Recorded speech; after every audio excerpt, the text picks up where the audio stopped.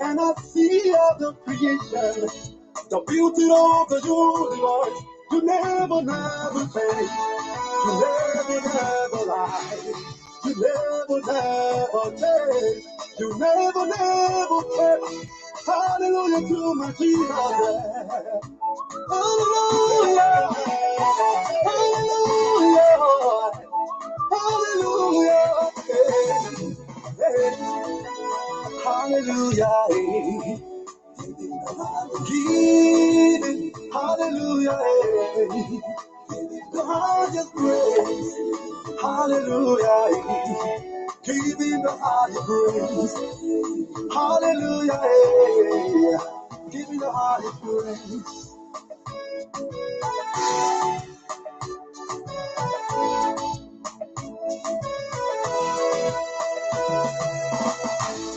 Hey, I'm not friend Jehovah.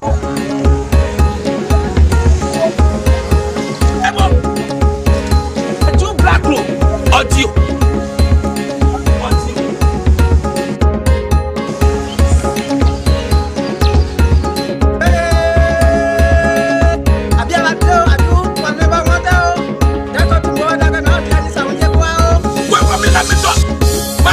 My people, our daughter who they call black, now bring the gospel to us. So everybody, now when you get wish, when you get energy, come.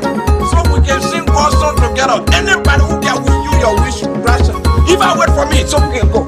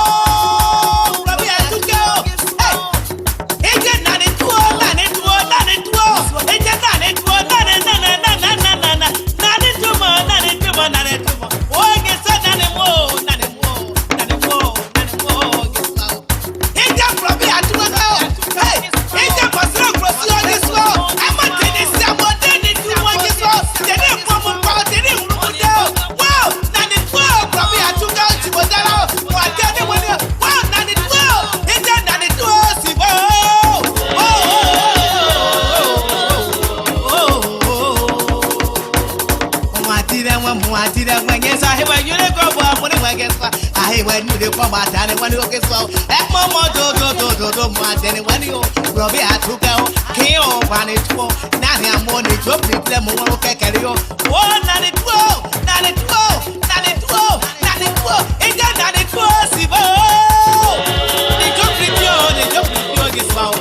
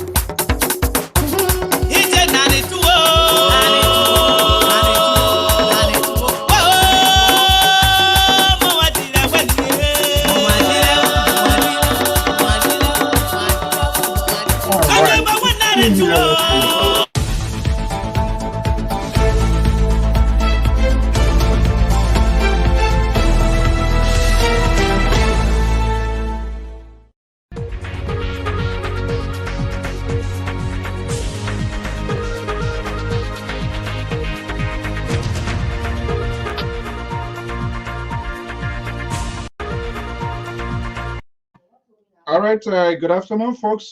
It's a little bit 12 after 12:41 p.m. Eastern Standard Time right here from the New England Bureau of the Liberia Public Radio.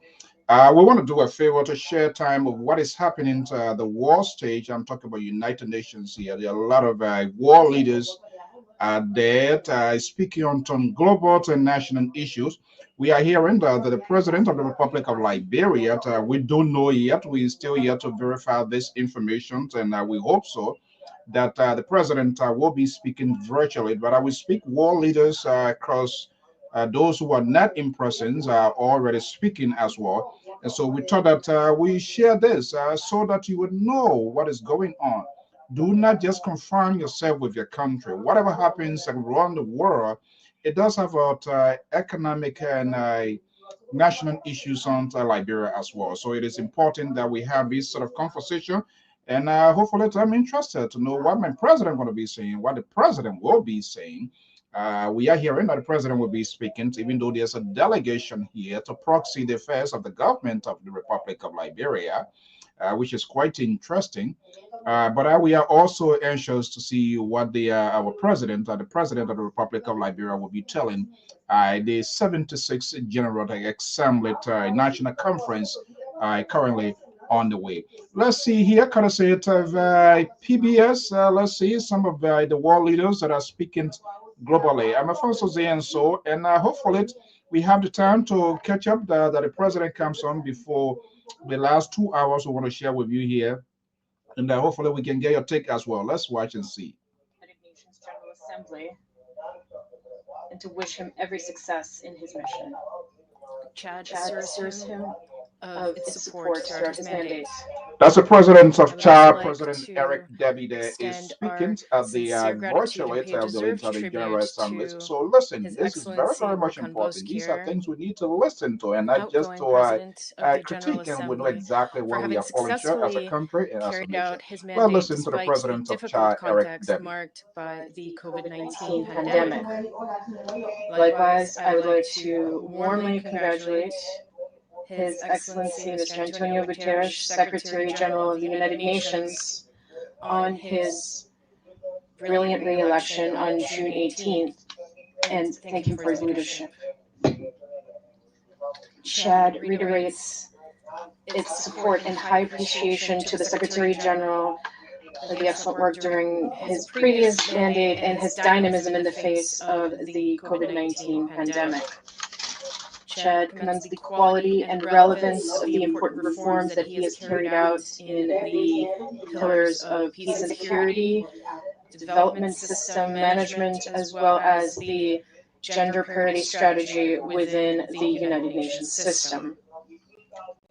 Excellencies, ladies and gentlemen, the theme of this session, namely building resilience through hope to recover from COVID-19, rebuild sustainably, respond to the needs of the planet, respect the rights of people, and revitalize the United Nations, eloquently reflects the multiple challenges the world continues to face for the second year in a row as a result of the COVID-19 pandemic.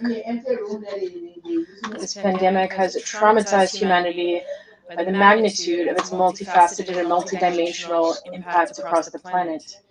It continues to wreak havoc, straining our health systems, our economies, our public finances, and even the functioning and security of our states, to name but a few. With more than 4.5 million dead and 220 million persons infected, as well as completely devastated economies around the world, developing countries in general, and those in Africa in particular, have been deeply impacted due to their structural vulnerabilities.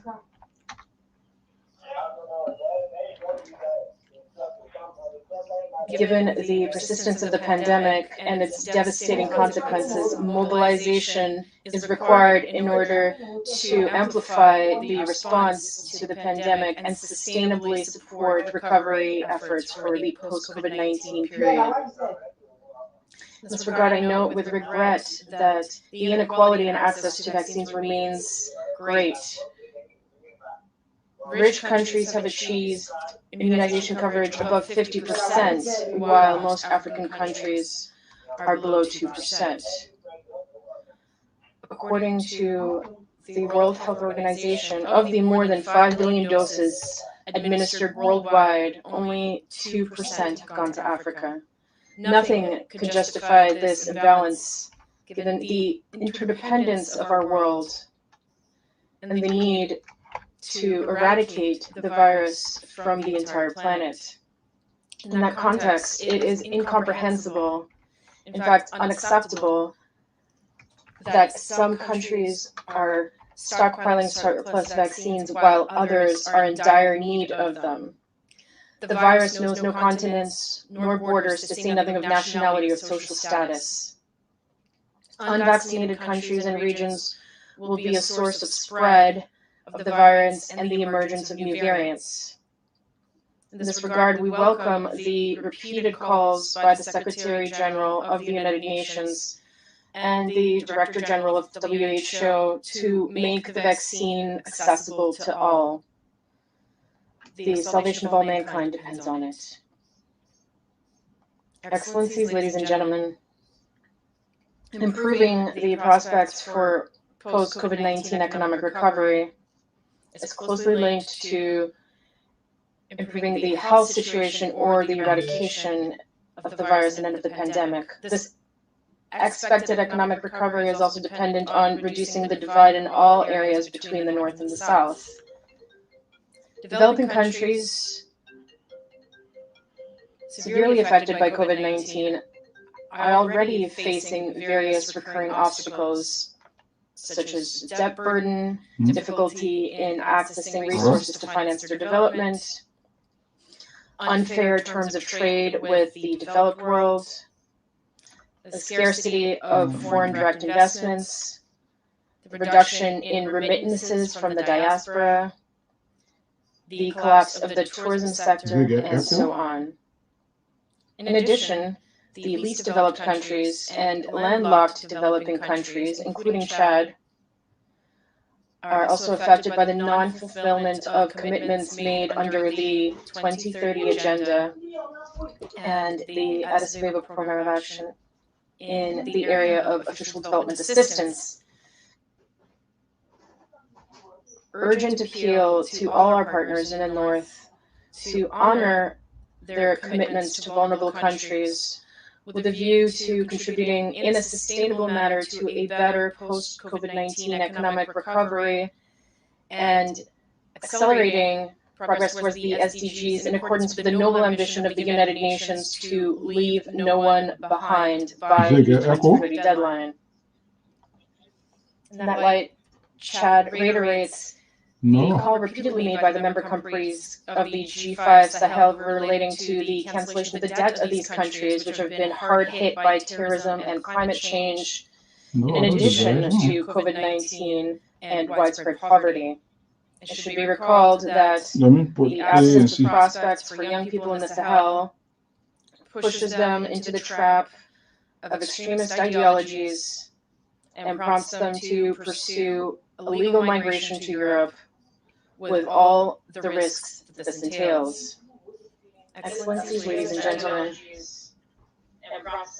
as you are aware, following the tragic death of its president, the late Marshal Lpr-Tv is known, who fell with honor on April 20th while combating mercenaries from Libya, Chad began a period of political transition. A transitional military council was set up to ensure the continuity of state functions and guarantee the security of the country, which is seriously threatened by heavily armed attackers fleeing the south of Libya. A broad-based government headed by a civilian prime minister was put in place on May 2nd, 2021, and it is working hard to meet the deadlines to complete the transition process. A roadmap for the transition was drawn up and adopted in July. It focuses around three main axes. 1, strengthening security and defense. 2, organizing an inclusive dialogue and consolidating peace and national unity. And 3, strengthening good governance and the rule of law. The implementation of this roadmap, the cost of which is estimated at nearly $1.3 billion, is beyond the reach of Chad alone and requires substantial support from our partners through an urgent mobilization of the necessary financial resources. In view of the enormous security, economic, financial, and health challenges facing the transitional government, Chad appeals to the international community for strong support. In the same vein, all the necessary arrangements have been made to hold an inclusive national dialogue, the modalities for the organization and conduct of which are currently being examined by a committee that has been set up for this purpose.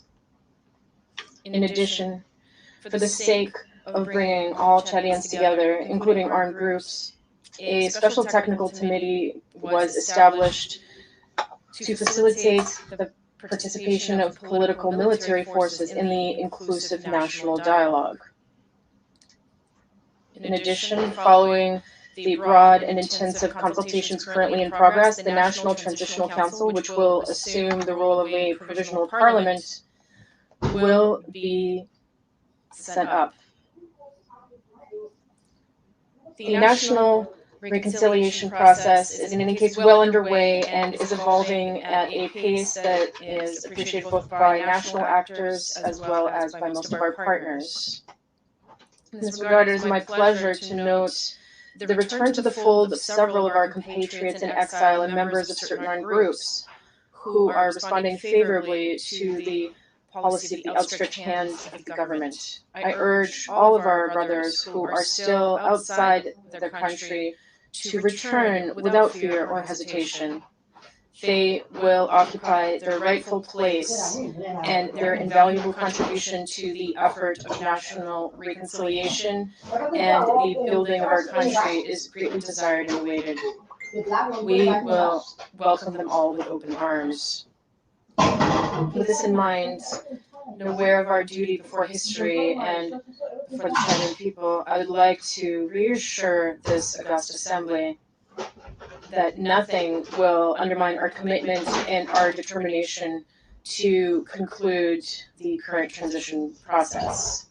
Excellencies, ladies and gentlemen, Chad, which shares more than 1,000 kilometers of common borders with Libya and is linked to this brotherly neighboring country by the ties of history, geography, and culture, even by blood ties, is suffering the full brunt of the consequences of the Libyan crisis in terms of the recurrent armed attacks launched from the south of that country.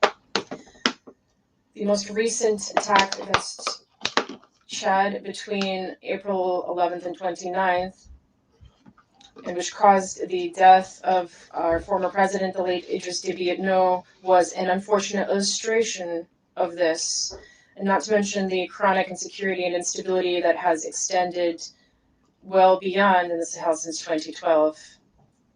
It should be recalled in this regard that the UN Security Council, during its meeting held on April 29th at the request of its African members, established a direct link between the withdrawal of mercenaries and foreign fighters from Libya and the aforementioned tragic events in Chad.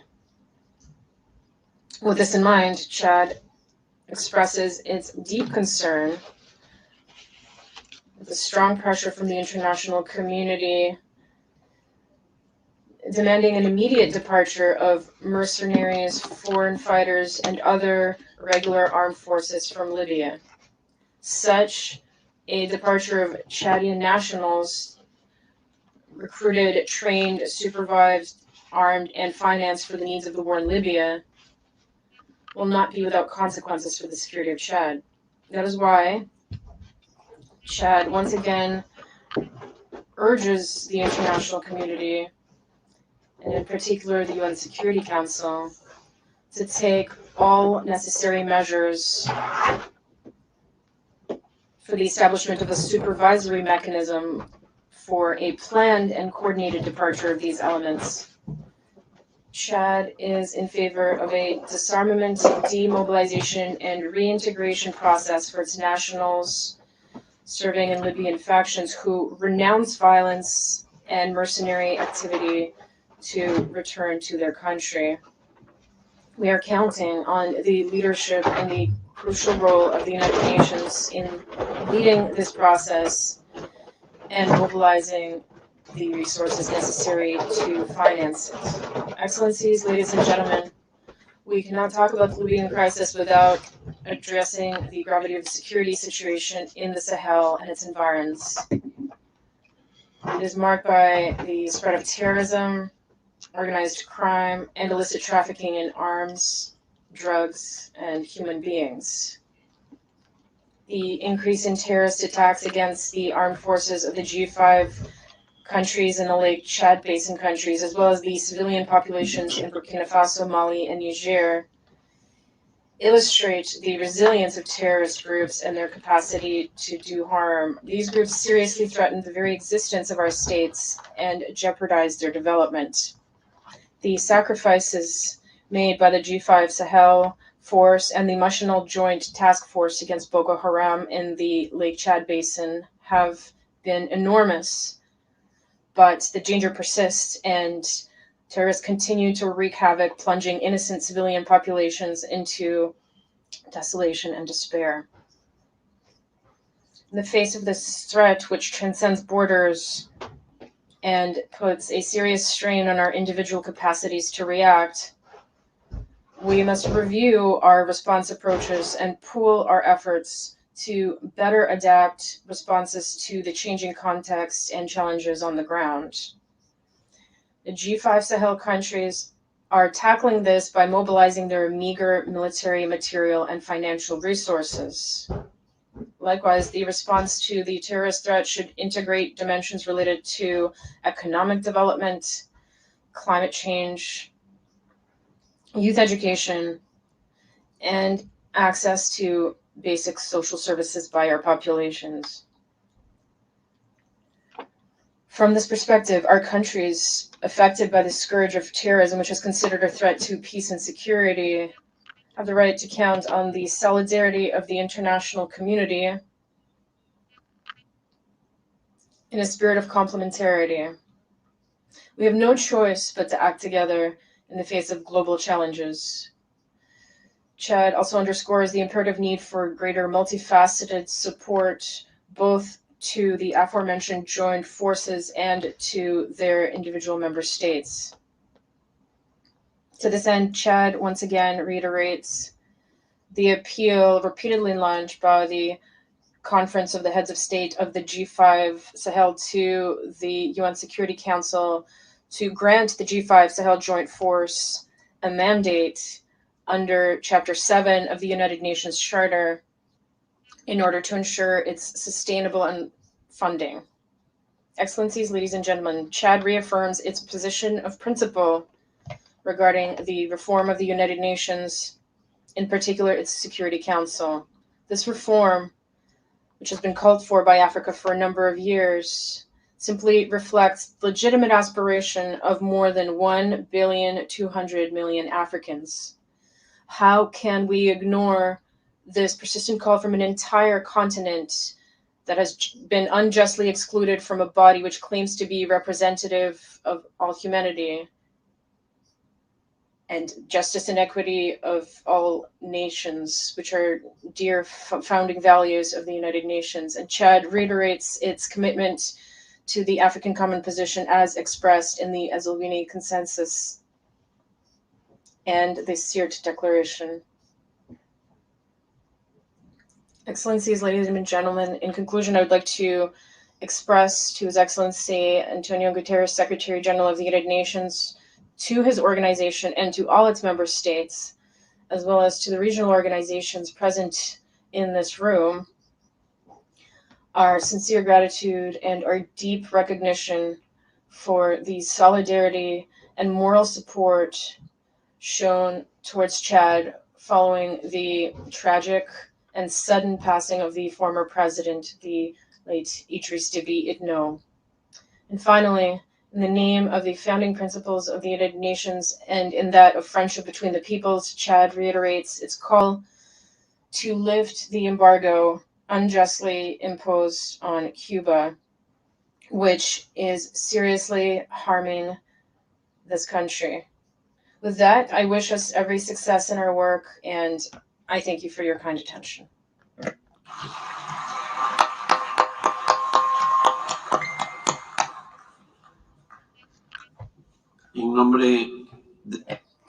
On behalf of the General Assembly, I would like to thank the President of the Transitional Military Council and President of the Republic of Chad for the statement delivered.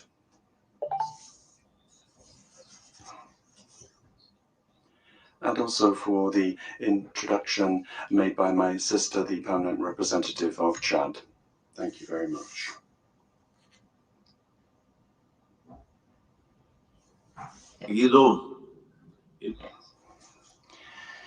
The Assembly will now hear an address by His Excellency Azali Assoumani, President of the Union of the Comoros. I request protocol to escort His Excellency.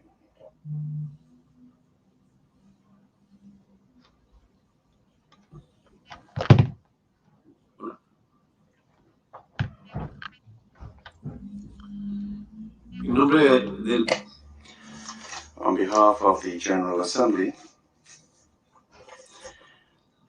I have the honor to welcome to the United Nations His Excellency Mr. Azali Assoumani, President of the Union of the Comoros, and invite him to address the Assembly.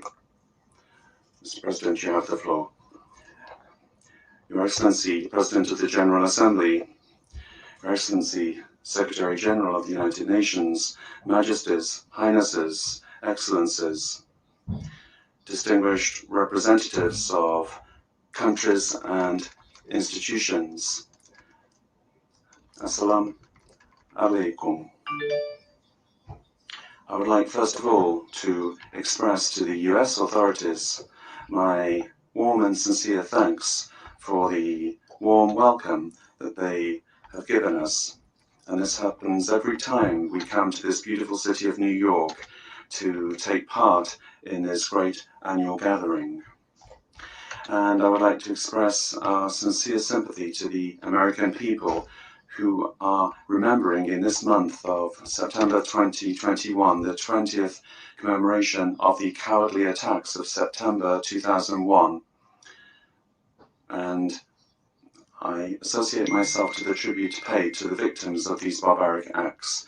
I would also like to join my voice to those of eminent personalities who have preceded me on this rostrum in order to express my warm congratulations to His Excellency Mr. Abdullah Shahid on his outstanding election to the presidency of this 76th regular session of the United Nations General Assembly.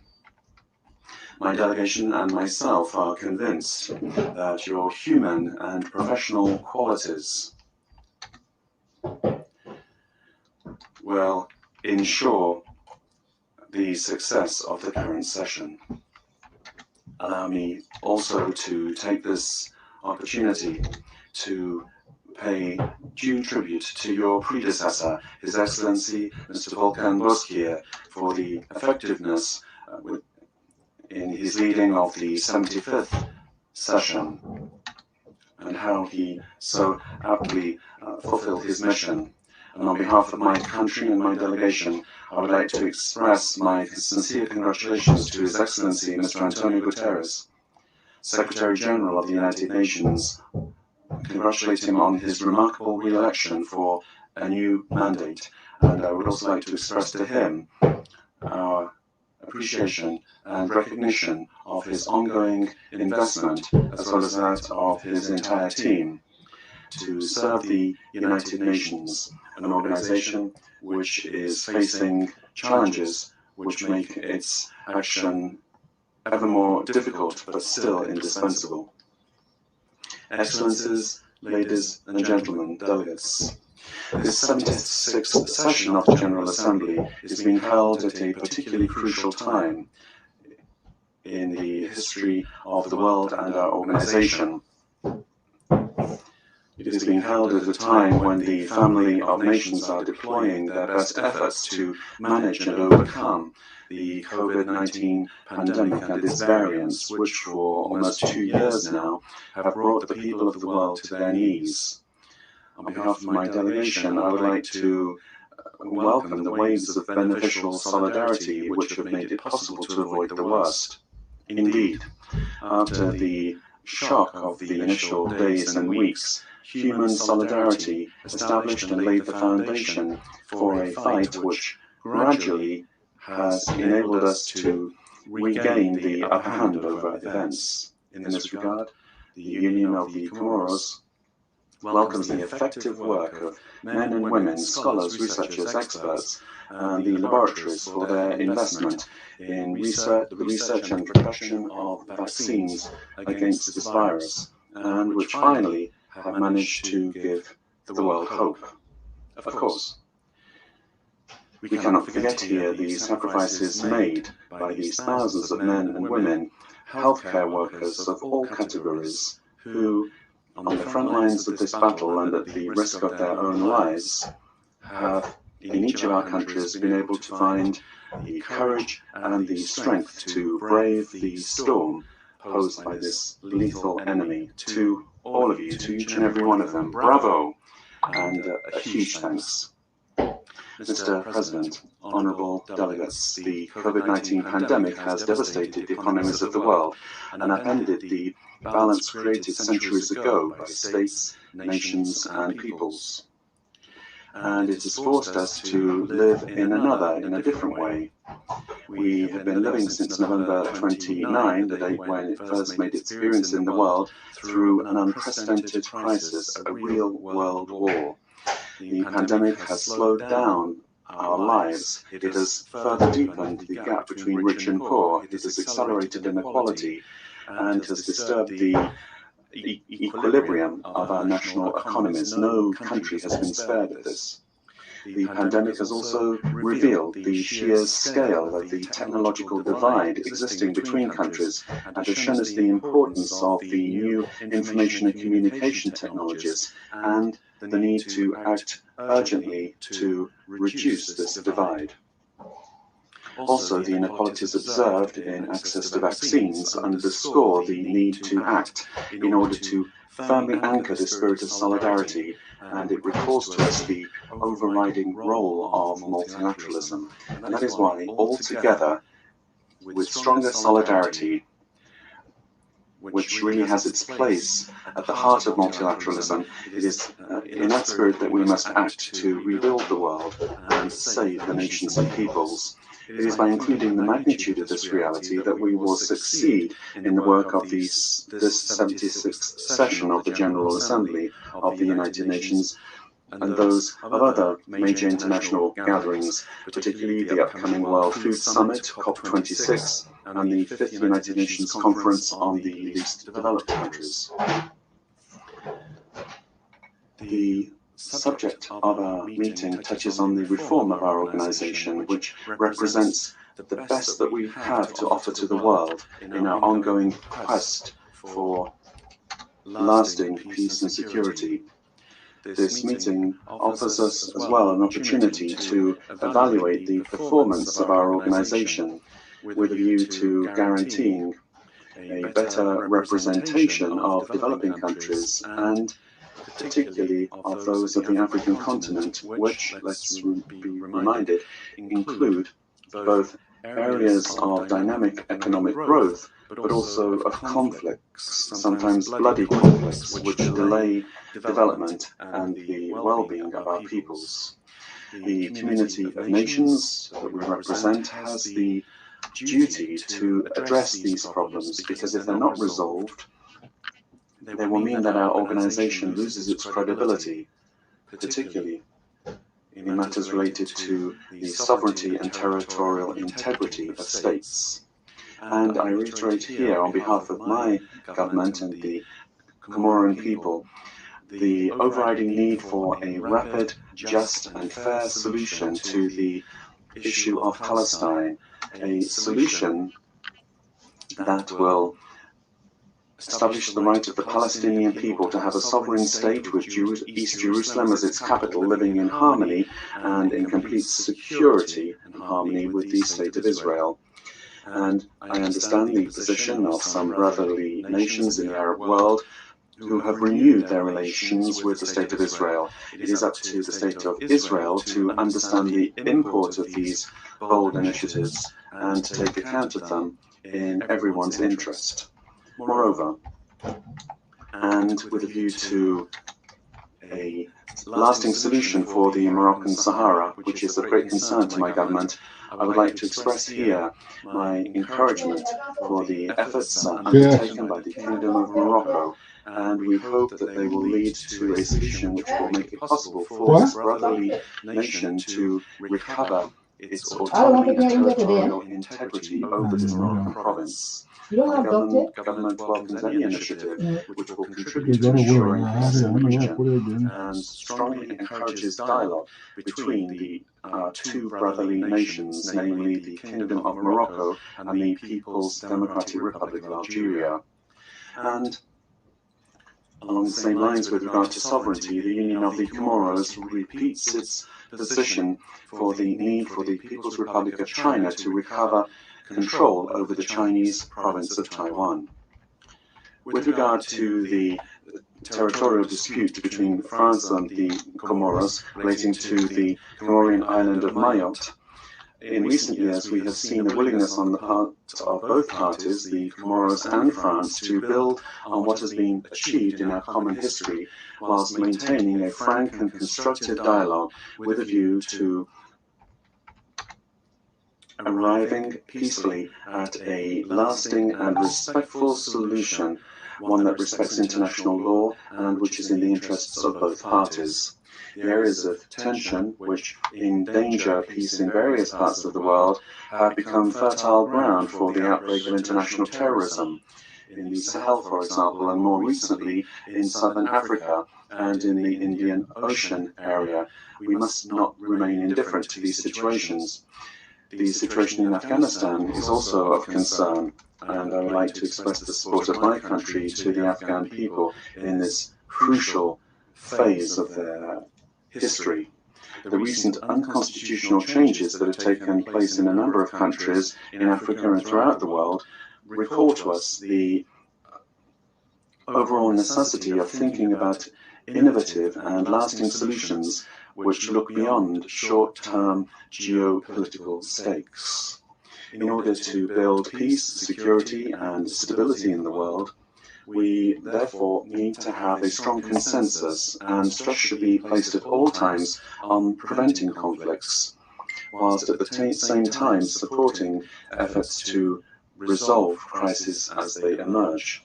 Mr. President, honourable delegates, the principles and values of the United Nations today are centred on the Sustainable Development Goals, which each country has made its priority.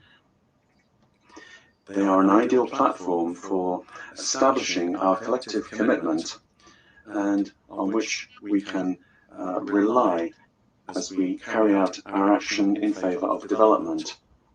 And in this process, as was shown in the voluntary national report of my country, which we presented in 2020 to the high-level political forum, the Union of the Comoros is engaged on a path that will enable us to achieve the Sustainable Development Goals in all areas. The Emerging Comoros Plan 2030 is the national reference framework for this. Moreover, I would recall that at the time when we begin this meeting, according to research into these matters, entire regions are due to disappear, whereas others will be subject to an intensification of climate phenomena such as floods, intense droughts, fires, the erosion of coastline, or the acidification of the oceans. Consequences of the disastrous effects of the degradation of our environment. Although these phenomena do not spare any country or any region, we must stress that it is the small island developing states, the Comoros is part of this group, that is the most concerned and which requires greater attention on the part of the leaders that we represent here. Indeed, these states, as well as many others, are also facing other dangerous phenomena such as maritime piracy, human trafficking at sea, drug trafficking, illegal fishing, and the plundering of the sea's resources.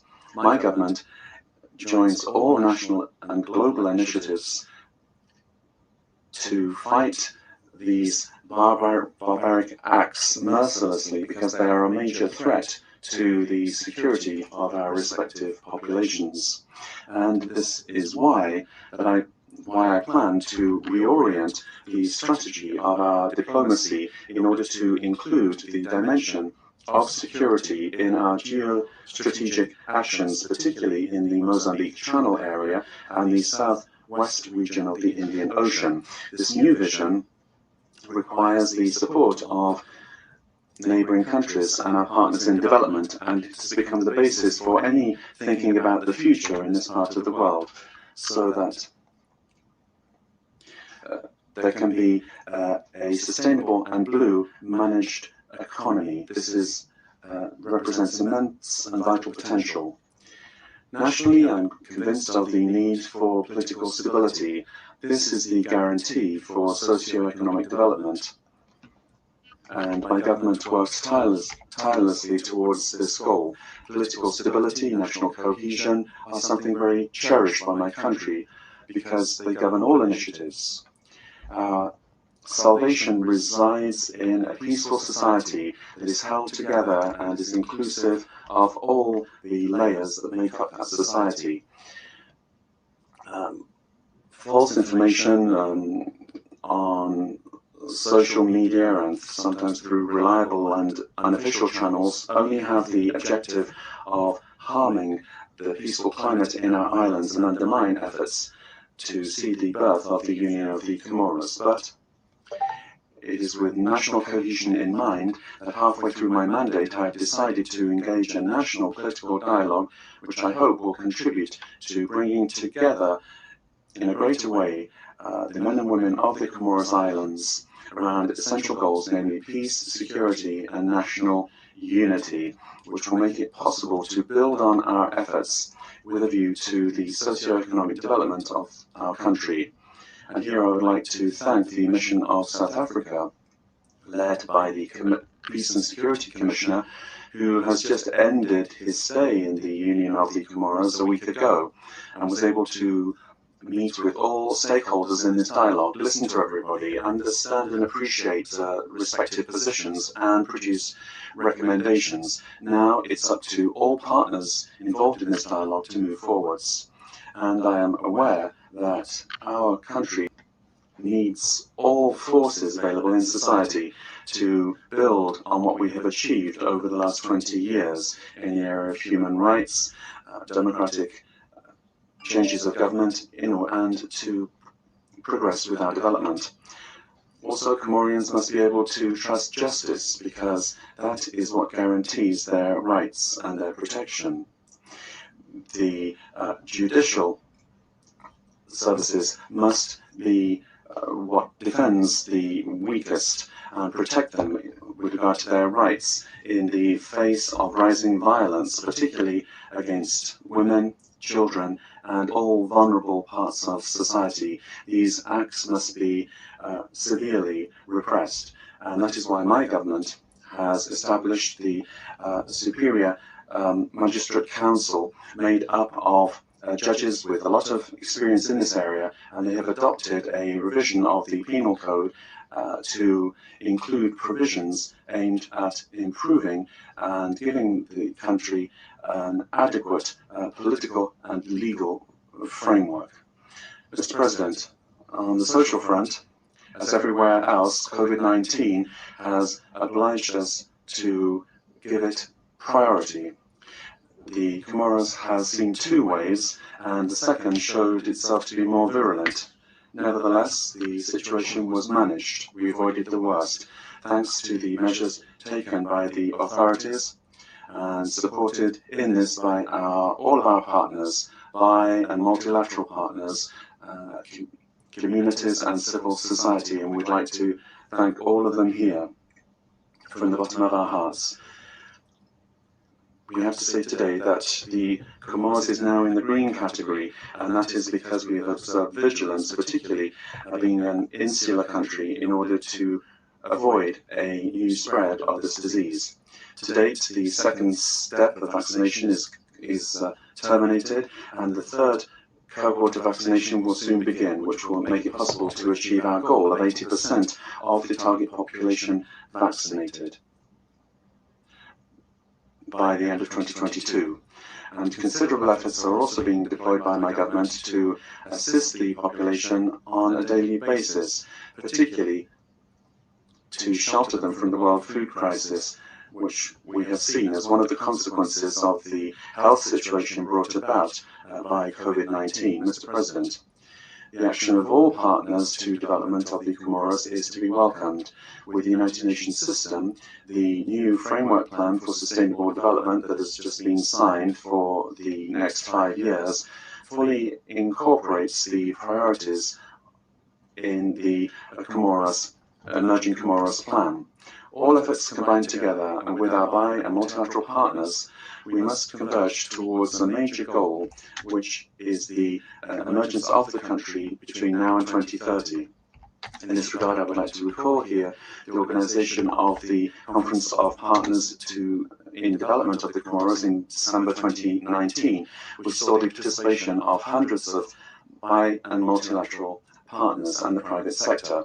After that conference, France was kind enough to host. We were able to mobilize partners who showed their interest to assist in this plan, which today is the reference framework par excellence for development in our country. The strong presence of partners of the Comoros, as well as the importance of the announcements made, are witness to the success of this historic meeting. Also, remember the close cooperation with countries with which we share a common destiny in the southwest of the Indian Ocean, and with whom we plan to implement common projects to strengthen significantly our links of good neighborliness and cooperation for the well-being of our respective peoples. However, all of this effort, unfortunately, has been dampened by the COVID-19 pandemic, which has affected all countries, and when it comes to the Comoros, it has weakened the commitments that we took at the Paris conference. Today, reality is that we must say that we simply have to learn to live with this virus. Therefore, we have to find the way to advance on these projects that we previously agreed. And from this rostrum, I would like to launch a friendly and brotherly call to all of our partners that together we find the ways and means to move forward with the Paris commitments to fund the various projects that we have established for the Emerging Comoros Plan. The country has established an executive secretary to follow up on the Conference of Development Partners, which will work closely with national bodies involved in this process and also with all of our partners. Mr. President, honorable delegates, regionally, the Union of the Comoros last May passed the presidency of the Commission of the Indian Ocean to France. We wish them every success in advancing the ideals and values that are so close to the hearts of the peoples of the Indian Ocean.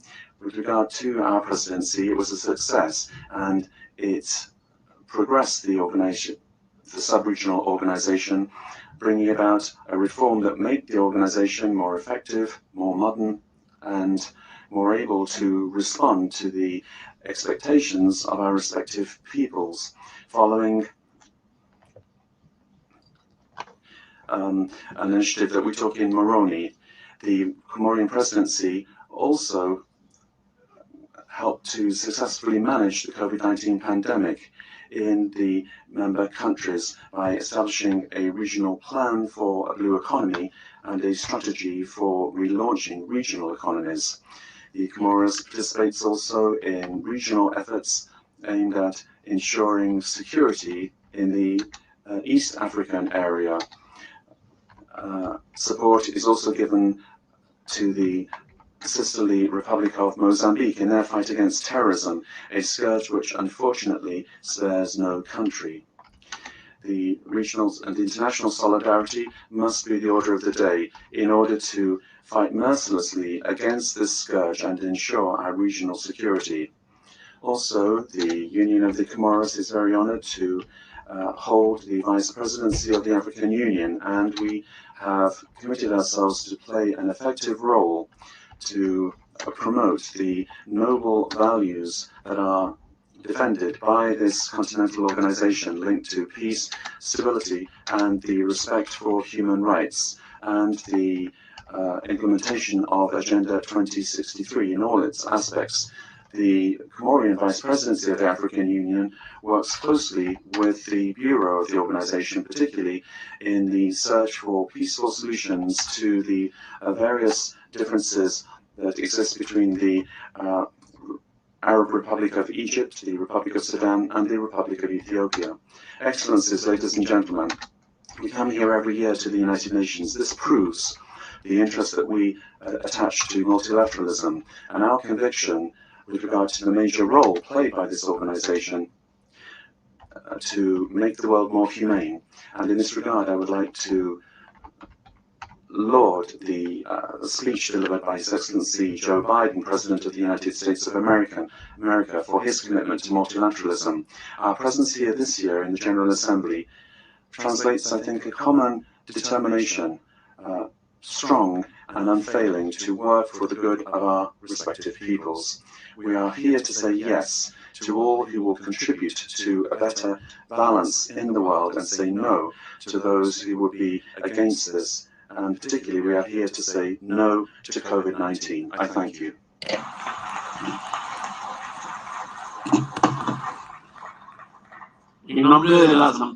On behalf of the General Assembly, I would like to thank His Excellency Mr. Azali Assoumani, President of the Union of the Comoros, for the statement delivered, and I request a protocol to accompany His Excellency.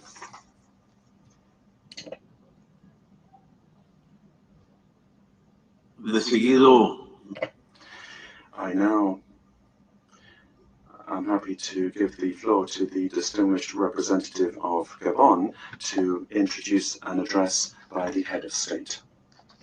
Monsieur le Président, Mr. President, I have the honor to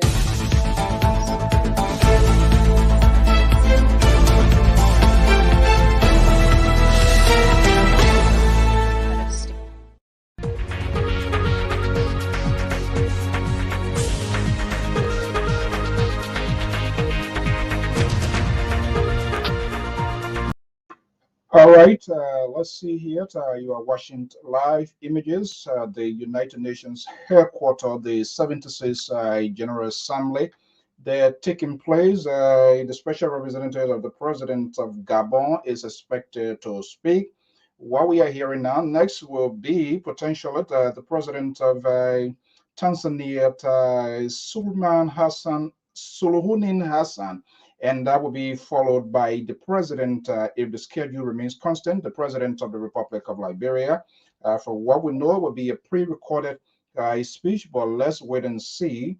Now, the special representative, proxy affairs of the Gabonese president, is now addressing the General Assembly. We hope to listen to the president, whether he's going to be speaking virtually or going to be a pre-recorded speech. According to what we are hearing, what we are monitoring here, will that be? And a couple of other world leaders also going to be having a pre-recorded speech. But we're going to be listening to the substance, and if time do us a favor, we're going to be getting a reaction.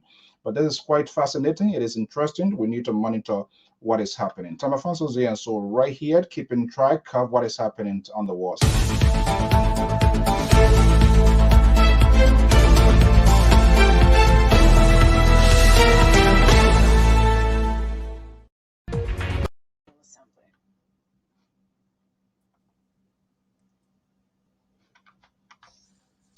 Mr. President, Your Majesties, heads of state and government, ministers and heads of delegation, ladies and gentlemen. The president is speaking virtually. Let's listen. At the start of my remarks, I would like to extend my warm congratulations to you on your outstanding election to the presidency of this 76th session of the General Assembly. I am delighted by the hope aroused by your vision as well as your perfect knowledge of international affairs. I would also like to extend my congratulations to your predecessor, Mr. Volkan-Bozkır, for the remarkable work accomplished in a particularly difficult context. To you, Mr. Secretary General, I reiterate my warm congratulations on your re-election and my full support for your dynamic action throughout your first mandate, as well as my confidence in your future action to find lasting solutions to the many threats and challenges facing our organization. Mr. President, the proposed theme for this session's general debate, Building Resilience Through Hope to Recover from COVID-19, Rebuild Sustainably, Meet the Needs of the Planet, Respect the Rights of People, and Revitalize the United Nations, gives me an opportunity to share our thoughts on the major challenges of the day. As you are aware, the unprecedented health crisis generated by the COVID-19 pandemic, which remains significant, has completely disrupted our societies, our economies, and our coexistence. The development of several vaccines through international collaboration and the ongoing vaccination campaigns in many countries are a beacon of hope for humanity. Vaccination is the only truly effective way to stop the spread of the virus. Mr. President, combining all of our efforts to end the coronavirus pandemic is, in my view, an opportunity to overcome other major crises facing humanity. Indeed, COVID-19 has revealed the weaknesses and vulnerabilities of our economies, as well as those of our health systems, forcing us now to think differently about our development models so as to make them more resilient. Some developed countries already intend to relocate all or part of their strategic productive systems in order to reduce their external dependence. Africa should also be part of this paradigm shift in order to put an end to the crises that hinder its development. This will also require an ability to build basic infrastructure capable of guaranteeing the safety of populations, as well as zero tolerance towards corruption and efficient management of public resources. We will also need to train quality human capital, invest significantly and urgently in health infrastructure, and finally, break the vicious cycle of dependence on primary raw materials. Our economies must therefore industrialize to create more wealth by taking full advantage of the aforementioned human capital and our natural resources. To this end, rigorous and transparent debt management, as well as that of resources linked to the export of raw materials, is essential during the transition phase. Finally, we must more than ever accelerate the digital transition and mobilize internal resources by strengthening financial inclusiveness, especially for women. Overall, we need to draw lessons from this pandemic and rebuild our societies in a more sustainable, just, and inclusive manner. I once again call on the leaders of the world to exercise greater multilateralism in order to together build a world economy that takes into account the aspirations of the people who would like to see a more equitable sharing of vaccines and fruits of technological progress.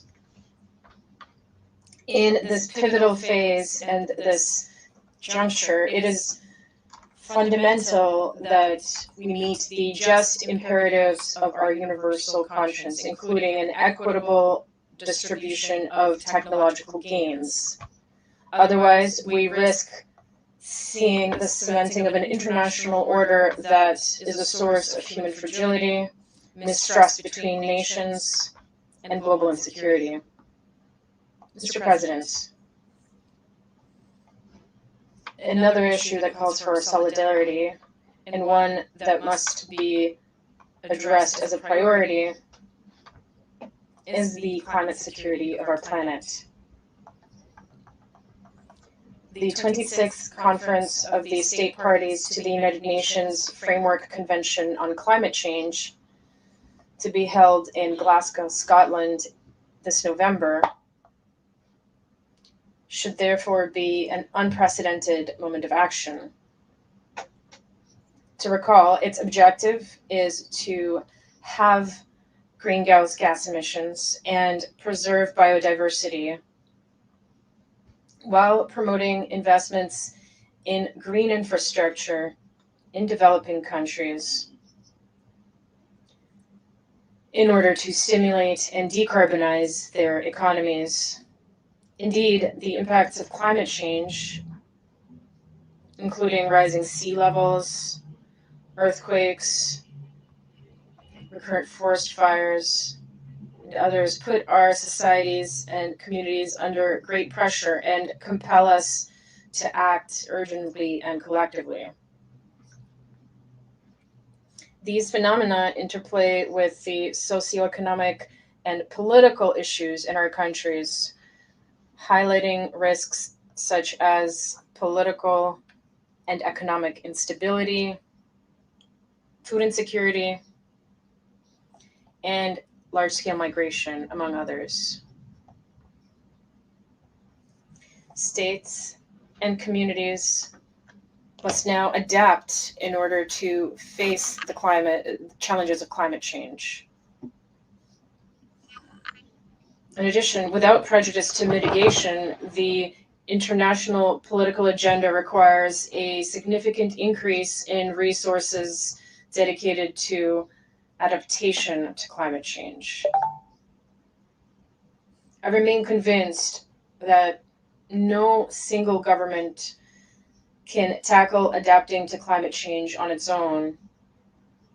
International cooperation is therefore essential, in my opinion, to support local action, both as a means of strengthening international security and achieving the Sustainable Development Goals.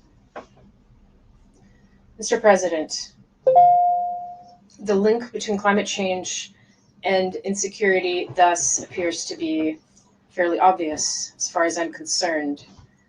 As you are aware, Gabon has always been committed to peace and climate security. This commitment will remain unwavering throughout my country's mandate as a non-permanent member of the United Nations Security Council for the period 2022-2023. While rejoicing in the confidence of the international community, I would like to reiterate my firm willingness to work hard on the process of silencing the guns everywhere and to resolutely place our action in the context of a permanent search for a global consensus promoting the security, dignity, and prosperity of the peoples of the world. Gabon will seize every opportunity to call for an advent of a more just international order marked by a reform of the UN Security Council, which includes both equitable representation within the Council and an improvement of its working methods, in line with the African Common Position expressed by the Azulwini Consensus and the Sirte Declaration.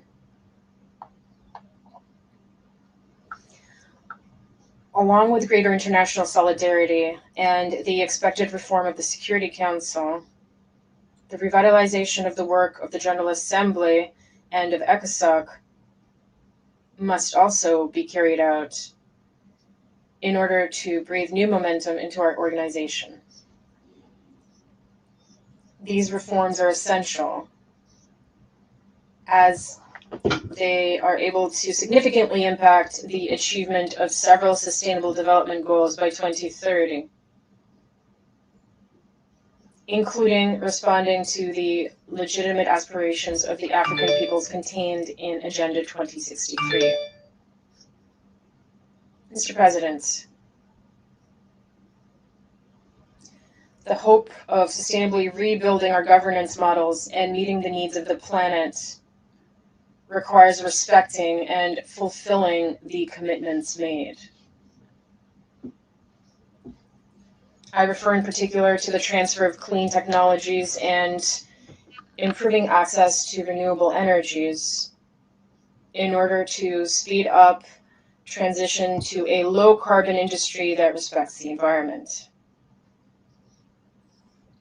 The implementation of these commitments is key to supporting the efforts of countries like Gabon, which has substantially mobilized its domestic resources in the implementation of projects to adapt to climate change and preserve biodiversity. As part of its investment in climate security, Gabon annually sequesters the equivalent of 140 million tons of CO2 while it emits only 35. Thus, with a difference of more than 100 million tons of carbon each year, Gabon's action is decisive for the future of all mankind. The recognition of Ivindo National Park as a World Heritage Site, following the same for Lpr Park, affirms the universal and exceptional value of our protected areas. I would like to take this opportunity to thank all of our partners and friends and all of those who, through their multifaceted support, are accompanying our efforts to conserve and sustainably manage our forests. Mr. President, like many oil-producing countries, Gabon has been hit hard by the impact of the drastic drop in commodity prices. This situation has led to a slowdown in our economic activity. In this context, I instructed the government to set up a transformation acceleration plan. This program aims to revive our economy by accelerating the transition to a post-oil paradigm and emphasizing new engines of growth whose potential could be increased. These include the mining, forestry, and agricultural sectors. In addition, Gabon is strengthening its energy capacity through the upcoming completion of new solar and hydroelectric power plants in order to give new impetus to its industrialization process. Beyond infrastructure development, the intended effect of the implementation of this recovery plan is to ensure fiscal adjustment and promote the private sector as levers for diversification and transformation of our national economy. In the education sector, the government is continuing to mobilize significant resources in order to optimize the education system and bring it into alignment with the demands and the real needs of the labor market. Mr. President, inclusion is another major concern in the policies of my country. This is the thrust of the equal opportunity policy that I have promoted in favor of more equitable development, with particular focus on the empowerment of women and young people, while ensuring that no one be left behind. Regarding the issue of parity, Gabon is one of the countries in Africa where women are the most present and represented in public life. The Prime Minister, President of the Senate, President of the Constitutional Court, Mayor of Libreville, governors, among others, all of these positions, among the most prestigious in the Republic, are held in my country by women, in whom I reiterate my full confidence. It is my first firm conviction that in a globalized and competitive world, gender parity is a matter of social justice, equality, equity, and efficiency. Indeed, a country must be able to identify its talents and its skills, to leverage them, and to promote them without any gender distinction. Mr. President, development yet, unfortunately, peace continues to be threatened in many parts of the world. The price of instability caused by terrorism or armed groups is particularly heavy for many African countries, which are forced to devote substantial resources to these phenomena phenomena that are sustained, among other things, by the illicit trade in small arms and light weapons and wildlife trafficking. A comprehensive, united approach appears essential to me in this fight that we wage against these sources of instability and fragility in a number of regions of Africa. We must realize that any threat against one nation constitutes a threat against all. Mr. President, Gabon remains resolutely engaged within the United Nations, as it has always been, in the promotion of stability and peace on the continental level, in Central Africa, and particularly in the Central African Republic. Security sector reform should be supported in the Central African Republic in order to enable the country to equip itself with national defense and security forces with appropriate human, material, and logistical resources. The goal is to allow for the force's strategic deployment throughout the entire territory of the country in order to restore state authority, ensure the security of people and property, and promote the returns of displaced IDPs and refugees. All this will inevitably contribute to the gradual disengagement of foreign forces operating in the CAR on the basis of bilateral or multilateral agreements. It is also essential to continue operationalizing national institutions in order to contribute significantly to guaranteeing the non-repetition of serious violations of human rights and international humanitarian law in this country. The efforts of the Central African authorities to strengthen social cohesion and the economic recovery of the country should also be supported in order to consolidate gains and guarantee lasting security.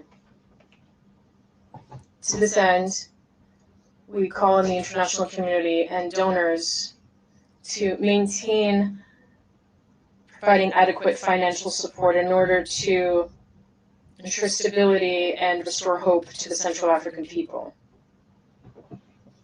Mr. President, building a better world will always be a shifting target as long as a number of people remain subject to unfair sanctions. I would therefore like to reiterate a solemn appeal for the total lifting of the embargo, which has been severely affecting the Cuban government and people for several decades. In conclusion, it is my pleasure to reaffirm Gabon's commitment to multilateralism and greater international solidarity, which remain, and I am convinced of this, our most secure assets for building a more resilient organization, one that is able to cope effectively with the challenges and threats facing humanity. Thank you.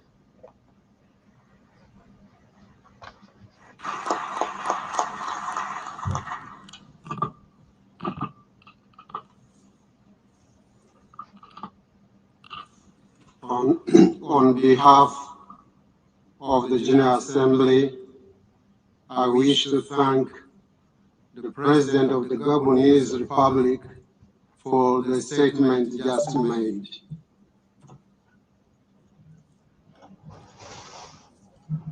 The Assembly will hear an address by Our Excellency Samia Suluhu Hassan, President of the United Republic of Tanzania. I request protocol to escort Our Excellency.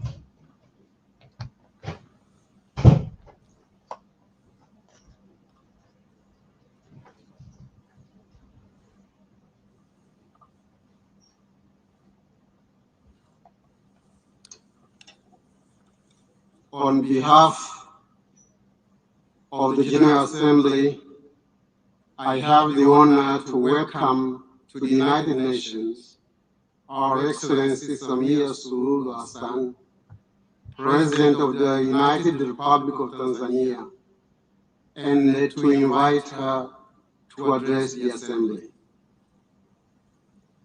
Thank you, Chair. Your Excellency Abdullah Shahid, President of the General Assembly, Your Excellency Antonio Guterres, Secretary General of the United Nations, Excellencies, Heads of State and Government, distinguished delegates, ladies and gentlemen, let me commence by joining previous speakers in applauding you, Mr. President, for being elected to preside over the 76th session of this August Assembly, and for the exemplary manner in which you have been presiding over this session. I also commend you for the able manner in which you mastered to make possible for us to meet physically, despite unprecedented circumstances brought by COVID-19 pandemic. The holding of physical general debate this year, albeit with limitations, demonstrates again that humanity and multilateralism cannot and should not succumb to the virus. And thus, where there is a will, there is a way. This spirit is what we need going forward. It is why I support and subscribe to the theme of this 76th session that call all of us to build resilience through hope, to recover from COVID-19, rebuild sustainability, respond to the needs of the planet, respect the lives of the people, and revitalize the United Nations. Mr. President, this is my maiden speech at the United Nations General Assembly. Allow me, on behalf of the people and the government of the United Republic of Tanzania, to thank all members of the United Nations for your condolence message extended to our nation following the untimely passing of our late President, Dr. John Pombe Magufuli, on 17th March this year. May his soul continue to rest in eternal peace. We remain indebted to you for the thoughtful of comforting messages which helped us to prevail over that unprecedented test to our nationhood. It is in the same vein that I thank the outgoing President of the 75th session for dedicating a slot on the 59th plenary meeting of the General Assembly on 16th of April 2021 to pay tribute to our beloved late President Dr. Magufuli. Indeed, this was a gesture of solidarity and brotherhood. Mr. President, it is not by sheer coincidence that I chose to attend the United Nations General Assembly as my first trip outside Africa since I took the office. I did so out of my deep sense of conviction and faith in multilateralism, in solving multitude of challenges that our world faces today. I'm here to assure you that under my stewardship, Tanzania will remain a formidable member of the United Nations and a dependable supporter of multilateralism. We'll keep our arms open to those who embrace us and engage with us. We'll continue to be Tanzania that you have known and relied on, a Tanzania that peacefully and respectfully coexisted and cooperated with all countries, big or small, mighty or weak, rich or poor, to make this world, our world, a better place for all of us. Mr. President, COVID-19 pandemic has reminded us how vulnerable we are as individual countries, regardless of our size, wealth, or geography. As we meet here today, we have less than a decade ahead to meet our collective commitment to achieve the Sustainable Development Goals. I note with great regret that according to the Sustainable Development Goals report of 2020, right now, the world is not on track to to achieve the 2030 agenda, mainly due to adverse impact of COVID-19. The report further shows that in some areas, this pandemic has even reversed the progress that was already achieved years back. For instance, it is expected that around 71 million people who got out of extreme poverty will be pushed back into that situation because of this pandemic. What is depressing is the fact that these impacts are not felt evenly. We in the developing world are the most affected. It is therefore imperative that concerted efforts are undertaken to address this devastating situation. Mr. President, developing nations must be assisted in addressing socio-economic impact of out of COVID-19. On this note, we are thankful to multilateral financial institutions for their efforts in saving many economies from collapsing. These kinds of interventions are important. We cannot afford to take refuge on the onset of COVID-19 as an excuse for not making sufficient progress on achieving sustainable development goals. Mr. President, Tanzania has not been spared by COVID-19. After the onset of the pandemic, we in Tanzania, and I believe in many other developing countries, were stuck in the twilight of protecting lives and protecting livelihoods. Measures advocated by the World Health Organization were geared towards protecting lives. However, in an economy like Tanzania, consisting of a bigger proportion of people living on subsistence economy, whom we need to keep them afloat, my country therefore adopted all necessary measures to curb the spread of COVID-19, including joining the COVAX facility to ensure that Tanzania gain access to the COVID-19 vaccine. The vaccination campaign has started in July this year with the most vulnerable communities and later on other age groupings. Mr. President, globally, when COVID-19 vaccines were being developed, some of us were hopeful that this would mean something good to all of humanity. Nevertheless, we have come to learn that the virus is moving faster than the global production of distribution of vaccines. And the vast majority of vaccines have been administered in high and upper middle income countries.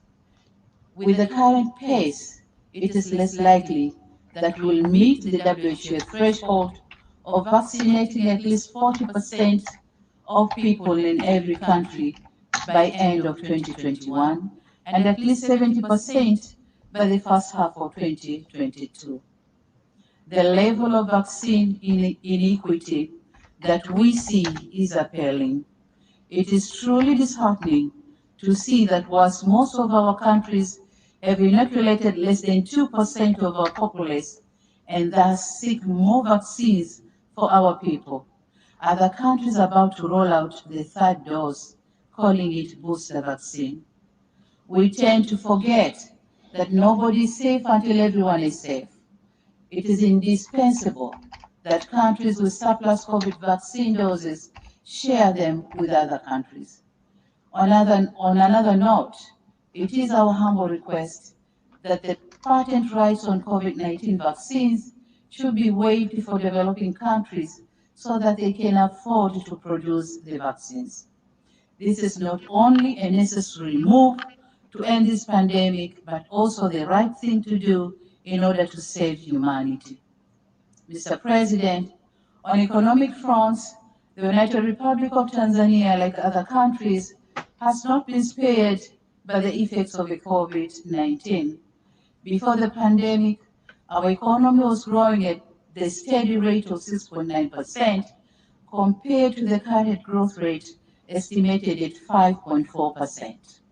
We are now embarking on reviving the tourism sector, which was barely affected because of travel restrictions put in many countries as means to curb the spread of COVID-19.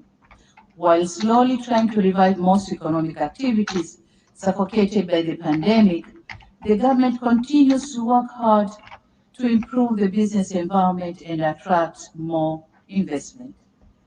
Aware of the nexus between economic growth and governance, we managed to maintain peace and political stability with a vibrant democracy and institutionalized good governance practices, upholding rule of law and human rights. Mr. President, I wish to take note of the Secretary General's report on our common agenda, which raises key issues of our common concern, such as gender equality, climate change, and youth development. On gender equality, COVID-19 is a threat threatening to roll back the gains which we have made. As the first female president in the history of my country, the burden of expectation to deliver gender equality is heavier on my shoulders. It is for this reason that I commend the initiative by the UN Women, France and Mexico to organize the Generation Equality Forum that took place in Paris in June this year, whereby my country volunteered to champion for women's economic rights and justice.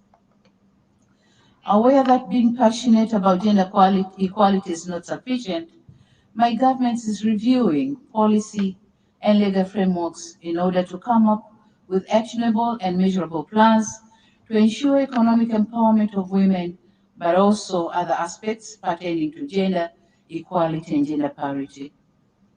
We are also working on designing and implementation gender-responsive macroeconomic plans, budget reforms, and stimulus packages with the objective of reducing the number of women and girls living in poverty.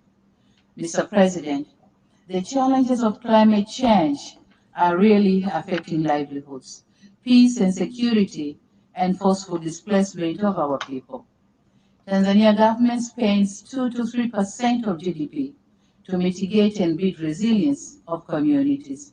And this is a lot in a country which is still grappling with poverty coupled with the emergency of the COVID-19 pandemic. The pandemic has compromised our capacity to respond to harmful impacts of climate change.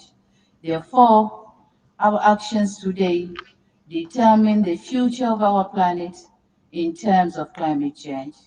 And in this regard, I call for transparent modality for financial disbursement and emphasize that developed countries should fulfill their commitment to contribute $100 billion annually by 2025 so as to facilitate the implementation of the Paris Agreement. Mr. President, in conclusion, I wish to echo my country's commitment in pursuing the principles of multilateralism as enshrined in the Charter of the United Nations. I urge other nations to continue supporting this august institution. The onset of COVID-19 has given to all of us a lesson that we are deeply intertwined and that unilateralism will not get us anywhere when it comes to challenges that transcends our national boundaries.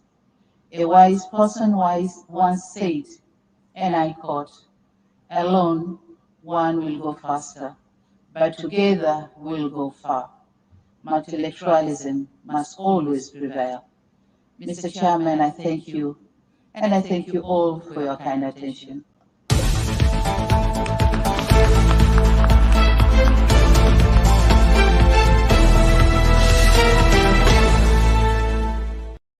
Okay, that is quite fascinating. That's the president of the sitting president of Tanzania, President Samia Suluhu Hassan, former vice president to the late John Magufuli there addressing the 76th General Assembly.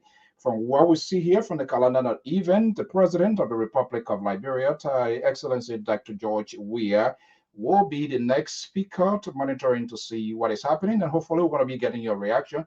Remember, President Hassan, former vice president to late John Magufuli, The very government she works for has ordered the call for a comprehensive audit of the very audit of the government that she worked for, of the late John McAfoley. And you listen to her there.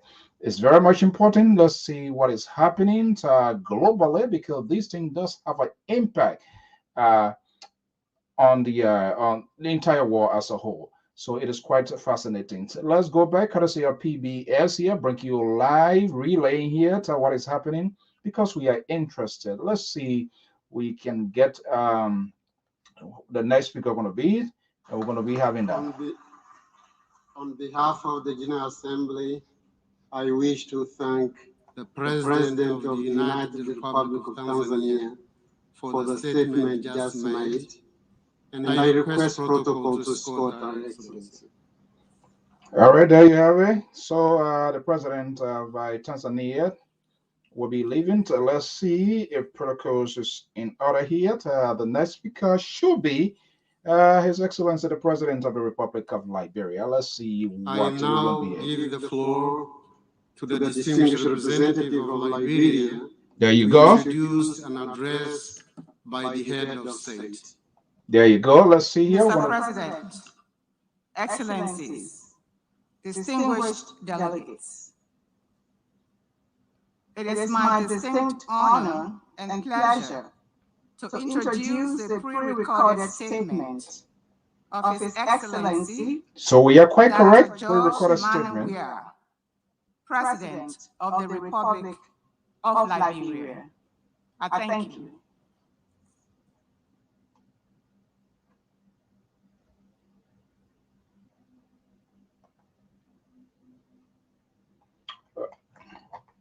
Let's watch. Let's listen and see.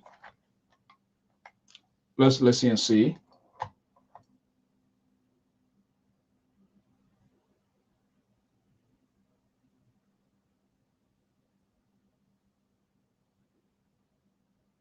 His Excellency Mr. Abdullah Shahid, President of the 76th section of the United Nations General Assembly, His Excellency Mr. Antonio Guterres, Secretary General of the United Nations, Excellencies, Heads of State and Government, Ambassadors, Heads of Delegations, esteemed delegates, distinguished ladies and gentlemen. I am pleased and honored to address the 76th sessions of the United Nations General Assembly on behalf of the government and people of Liberia. I want to use the occasion to congratulate His Excellency Mr. Abdullah Shahid on his elections as President of the 76th sessions of the United Nations General Assembly, and avail to him Liberia's full support in the fulfillment of his duties and responsibility. I also wish to congratulate His Excellency Mr. Vulcan Bosque for his distinguished stewardship in steering the affairs of the 75th sections of the General Assembly. Let me also congratulate His Excellency Mr. Antonio Guterres on his elections for his second term as Secretary General of the United Nations, which began on January 1st, 2022. Mr. Secretary General, I commend and thank you for your continuous diligence and commitment to the work of the United Nations and for ably steering its affairs, even in the face of unprecedented challenges. Excellencies, distinguished ladies and gentlemen, the negative social, economic impact and health consequences of the COVID-19 pandemic remind us of the measure of work that is required at the global and national level to combat these pestilence. This is reflected in the theme for this 76th session, Building Resilience through Hope to Recover from COVID-19, Rebuild Sustainably, Response to the Needs of the Planet, Respect the Rights of People, and Revitalize the United Nations, and have due regards for the fundamental human rights which are enshrined in the charter of this noble institution. Meanwhile, it is important that we pay heartfelt tribute to the courageous and dedicated public health workers around the world for their continual selfless service in the fight against the COVID-19 epidemic. The world owes to them a debt of gratitude. Excellencies, distinguished ladies and gentlemen, the theme of this General Assembly also calls for a revitalization of the United Nations to make it more relevant and effective in the true fulfillment of its mandate in a changing world. This is a task that has been recognized as an imperative priority by successive previous leaders and members of the organization in recent times. 6 years ago, true to the ideas and principles of the Charter, the United Nations General Assembly took a giant step forward to promote the economic and social advancement of all peoples, and to better their standard of living when it adopted the landmark 2030 Agenda for Sustainable Development. This was meant to be a global plan of action for people, planet, prosperity, peace, and partnership, with the goal of eradicating poverty in all its forms and dimensions. However, since our transition to the decade of actions for the implementations of the new Sustainable Development Goals, the world has been engulfed by a global pandemic which has posed enormous strain on our capacity to implement the 2030 Agenda, and has even raised the possibility of reversing development gains. In order to build resilience through hope, we must continue to emphasize the need for attention and support to vulnerable society and developing countries, particularly the least developed countries. Sustainable recovery from the pandemic must be based on the principle of inclusiveness and solidarity, and within the context of leaving no one behind. Addressing the particular needs of the least developed countries could significantly contribute to recovery. Support for the upcoming 5th Conference on the least developed countries to be held in Doha, Qatar in January 2022. And the new program of actions for the least developed countries for the coming decades will also provide the basis for sustainable recovery and the timely implementation of the Sustainable Development Goal. Mr. President, distinguished delegates, permit me, on behalf of the government and people of the Republic of Liberia, to extend deep appreciation to all our bilateral and multilateral development, regional, sub-regional, national, and local partners for their support in our fight against the COVID-19 pandemic and the assistance they continue to provide in our quest towards recovery. In response to the pandemic, my government, in line with our National Development Plan, the Pro-Poor Agenda for Prosperity and Development, has developed a post-COVID-19 economic recovery plan. This plan aims to reduce the impact on the pandemic by providing the basis for economic recovery through short-term action and investment in key sectors, including agriculture and tourism. Under the economic recovery plan, the Liberian economy is already beginning to show signs of resurgence.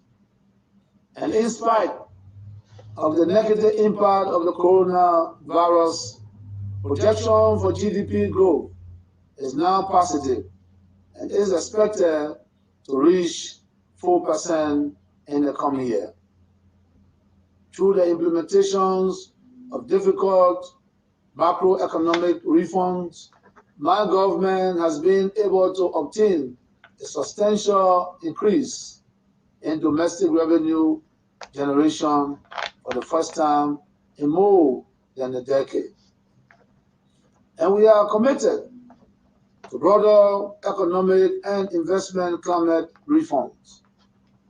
In the agricultural sector, for example, our government is endeavoring to vigorously launch agricultural promotion projects, which will increase agriculture production through new entrepreneurship opportunities, innovations, and safe farming techniques. Moreover, conscious of the importance and impact of infrastructure on social and economic development as enshrined in the PAPD. Our government has identified investment in roads, energy, and ports as key priority areas. Excellencies, distinguished ladies and gentlemen, a further reflection on the theme for this year's General Assembly highlights the necessity to respond to the needs of our planet. The reality of climate change facing our planet demands the urgent attention and collective actions of all national and international actors. We have all observed the extension of deserts and recurrent droughts in Eastern and Southern Africa. The increasing intensity and frequency of storms and floods in our region, the alarming rise in the levels of the world's oceans due to the meltdown of the Arctic, and the frequency and size of the forest fires that destroy thousands of acres of arable lands and properties.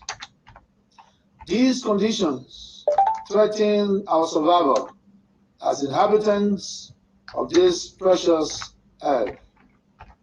In this regard, the recent re-entry into the Paris Accord by the United States of America is a decision that my government wholeheartedly welcomes and applauds, as we believe that this manifests and demonstrates the critical leadership needed to mobilize global coordinated actions. In the same vein, it is noteworthy that the President of the United States of America, in a recent nationwide address to the American people on the devastation caused by Hurricane Ida, called for immediate and urgent actions to combat and reverse global warming trends. For far too long, we as leaders, including those on my own continent, who have faced the hardest extremes of weather and climate, have been guilty of window dressing climate issues with rhetoric and passive declaration. Liberia humbly submits to this august body that now is the time for concerted and decisive actions. Liberia, for this part, reaffirm our commitment to continue our good stewardship of our critical ecosystem of tropical rainforests, coastal mangroves, and interior peatlands. Our recent completed national forest inventory carried out with the support of the World Bank and the Kingdom of Norway revealed that Liberia is endowed with nearly 7 million hectares of forest, representing nearly half of the entire remaining Upper Guinea forest in the West Africa region. If you add to this 1.9 million hectares of agroforestry and coastal mangroves, it becomes obvious that close to 90% of our landmass sequester carbon.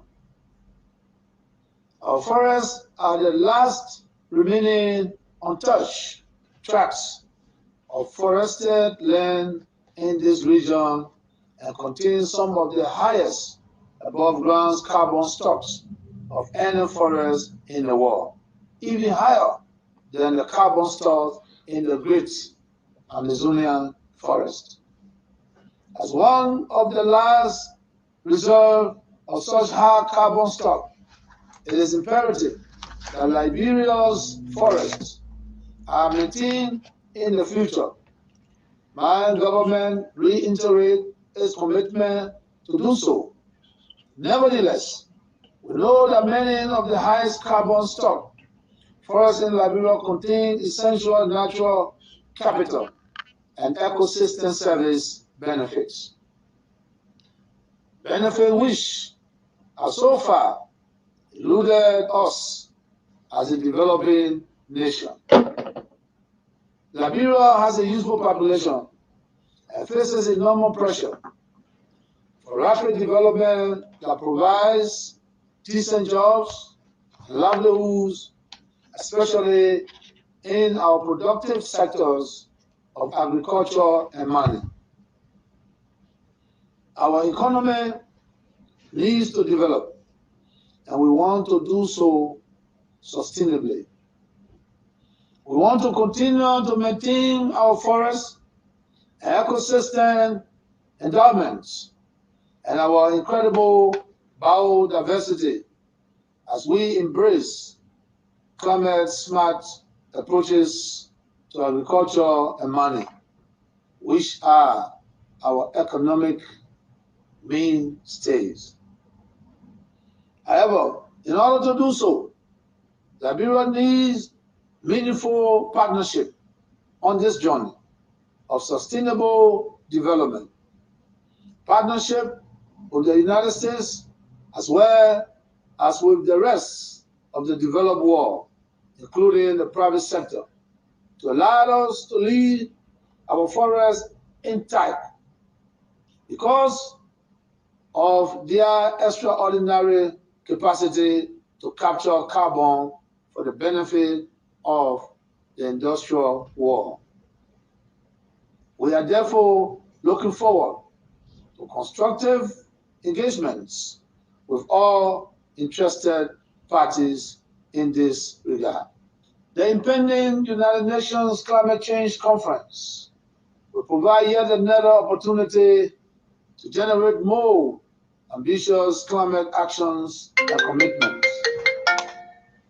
Excellencies, distinguished ladies and gentlemen, cognizance of the fact that growth and development is always enhanced by the existence of peace and security. Our government remains committed to the sustenance of democracy, the rule of law, and the consolidation and maintenance of peace and security in Liberia. We remain resolute and steadfast in this commitment. We thank the United Nations for its continual efforts to maintain peace around the world. With deep gratitude, we want to thank you, as well as the African Union, the Economic Community of West African States, ECOWAS, the Honorable Union, and all our international partners, friends, for providing the support for the peace we continue to enjoy in Liberia. We will continue to rely on that support in enhancing our capability to maintain peace in our land. Excellency, distinguished ladies and gentlemen, after the brutal civil war that ravaged our country and divided our people for more than 50 years, which finally ended just over 2 decades ago, it is important to agree on a process that will bring closure to the wounds of the victim, thereby guaranteeing the sustenance of peace, stability, justice, and national reconciliation. As I have mentioned during my previous address to this body, our government has already begun consultation with our national legislature, the representatives of our people in this regard. Today, we can report significant progress in that we have already received a submission and recommendations from the Liberia Senate, which is the upper house of our national legislation. We are now awaiting a similar submission from the Honorable House of Representatives, after which it is our further intention to have a wider engagement with the Liberian judicial system and with our strategic international partners and organizations. It is my hope that at the end of this consultative process, a national consensus will evolve that will determine the way forward to resolving this issue. In the meantime, we continue to encourage our citizens to utilize the Palava Hot method, where perpetrators and victims can meet in traditional community forums to resolve their issues and their differences. It is in keeping with one of the major recommendations of the Truth and Reconciliation Commission that was established at the end of the civil conflict.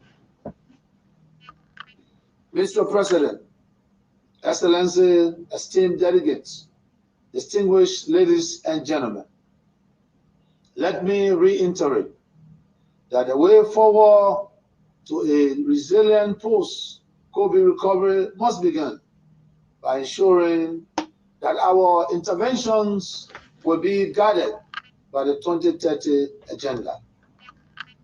Ensuring affordable access to vaccines, testing and treatments on an equitable and inclusive basis, and strengthening the capacity of developing countries, particularly the least developed countries, so that no one is left behind as we strive to achieve the timely implementation of the Sustainable Development Goals.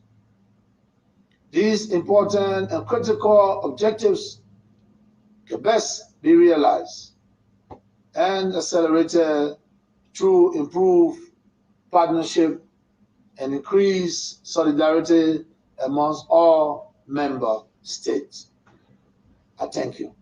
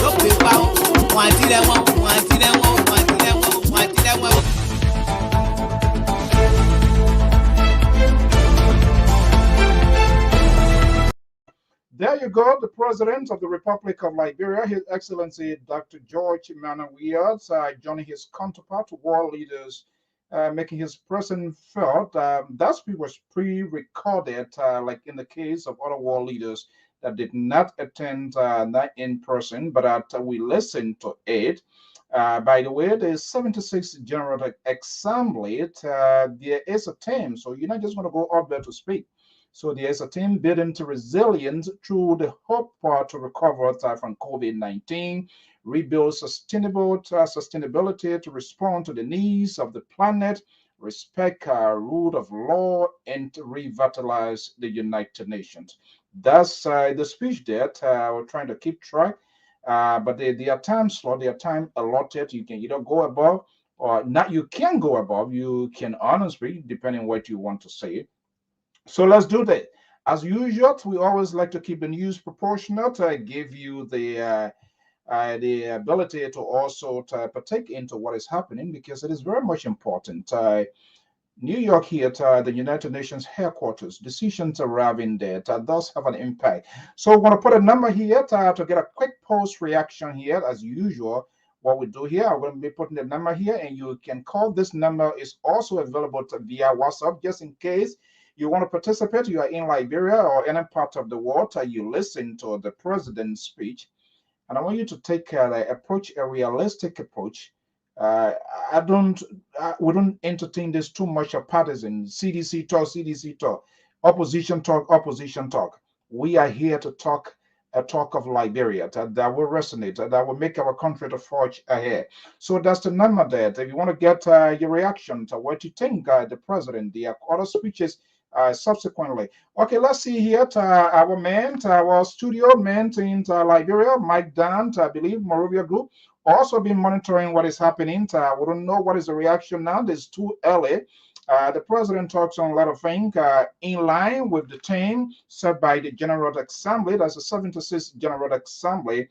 The speakers you will speak on. I was keeping my nails crossed because as he was progressing, I wasn't hearing anything about climate change, but later on, he came to that, and that was the good thing. The economy, the growth of the economy, hopefully Samuel towards of the economic team of the government of Liberia. I can a little bit expand on that. But let me go to Liberia, to our studio in Liberia, where Mr. Mike Down is the guy in charge of the Liberia Public Radio, keeping track of what is happening. I'm quite sure people are monitoring. I'm not sure it's being aired there, but I guess it is being aired. Let me see here and bring in Mike down, and if numbers still out there, we can also get your reaction. But in the meantime, let me move this here and see whether we can bring in Mike down.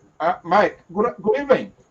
Well, good evening, Alfonso, and I guess you all are doing very much better this afternoon from your end, and it's quite a bit of evening hour here in Liberia.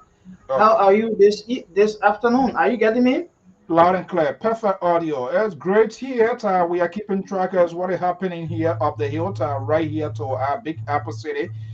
Is 2:40 p.m. Eastern Standard Time. We want to welcome you. Okay, Mag, let's get your immediate reaction. First of all, how is Morovia doing? I also was monitoring. Police were having a not teleconference. They were having a major press briefing. So we learned that there's another killing or murder as occurred in the country. Correct? Um, Hello, Alfonso. I'm hearing you loud and clear. Okay, I was having some little difficulty with my stuff here, but at least I can get Yeah. you loud and clear now. So can you come again? Yeah, I was asking, what's the latest from the capital or from the country in terms of what is unfolding in Liberia? What can we hear from you? What is happening there? What's the latest information? Well, Monrovia is quite good, should I say?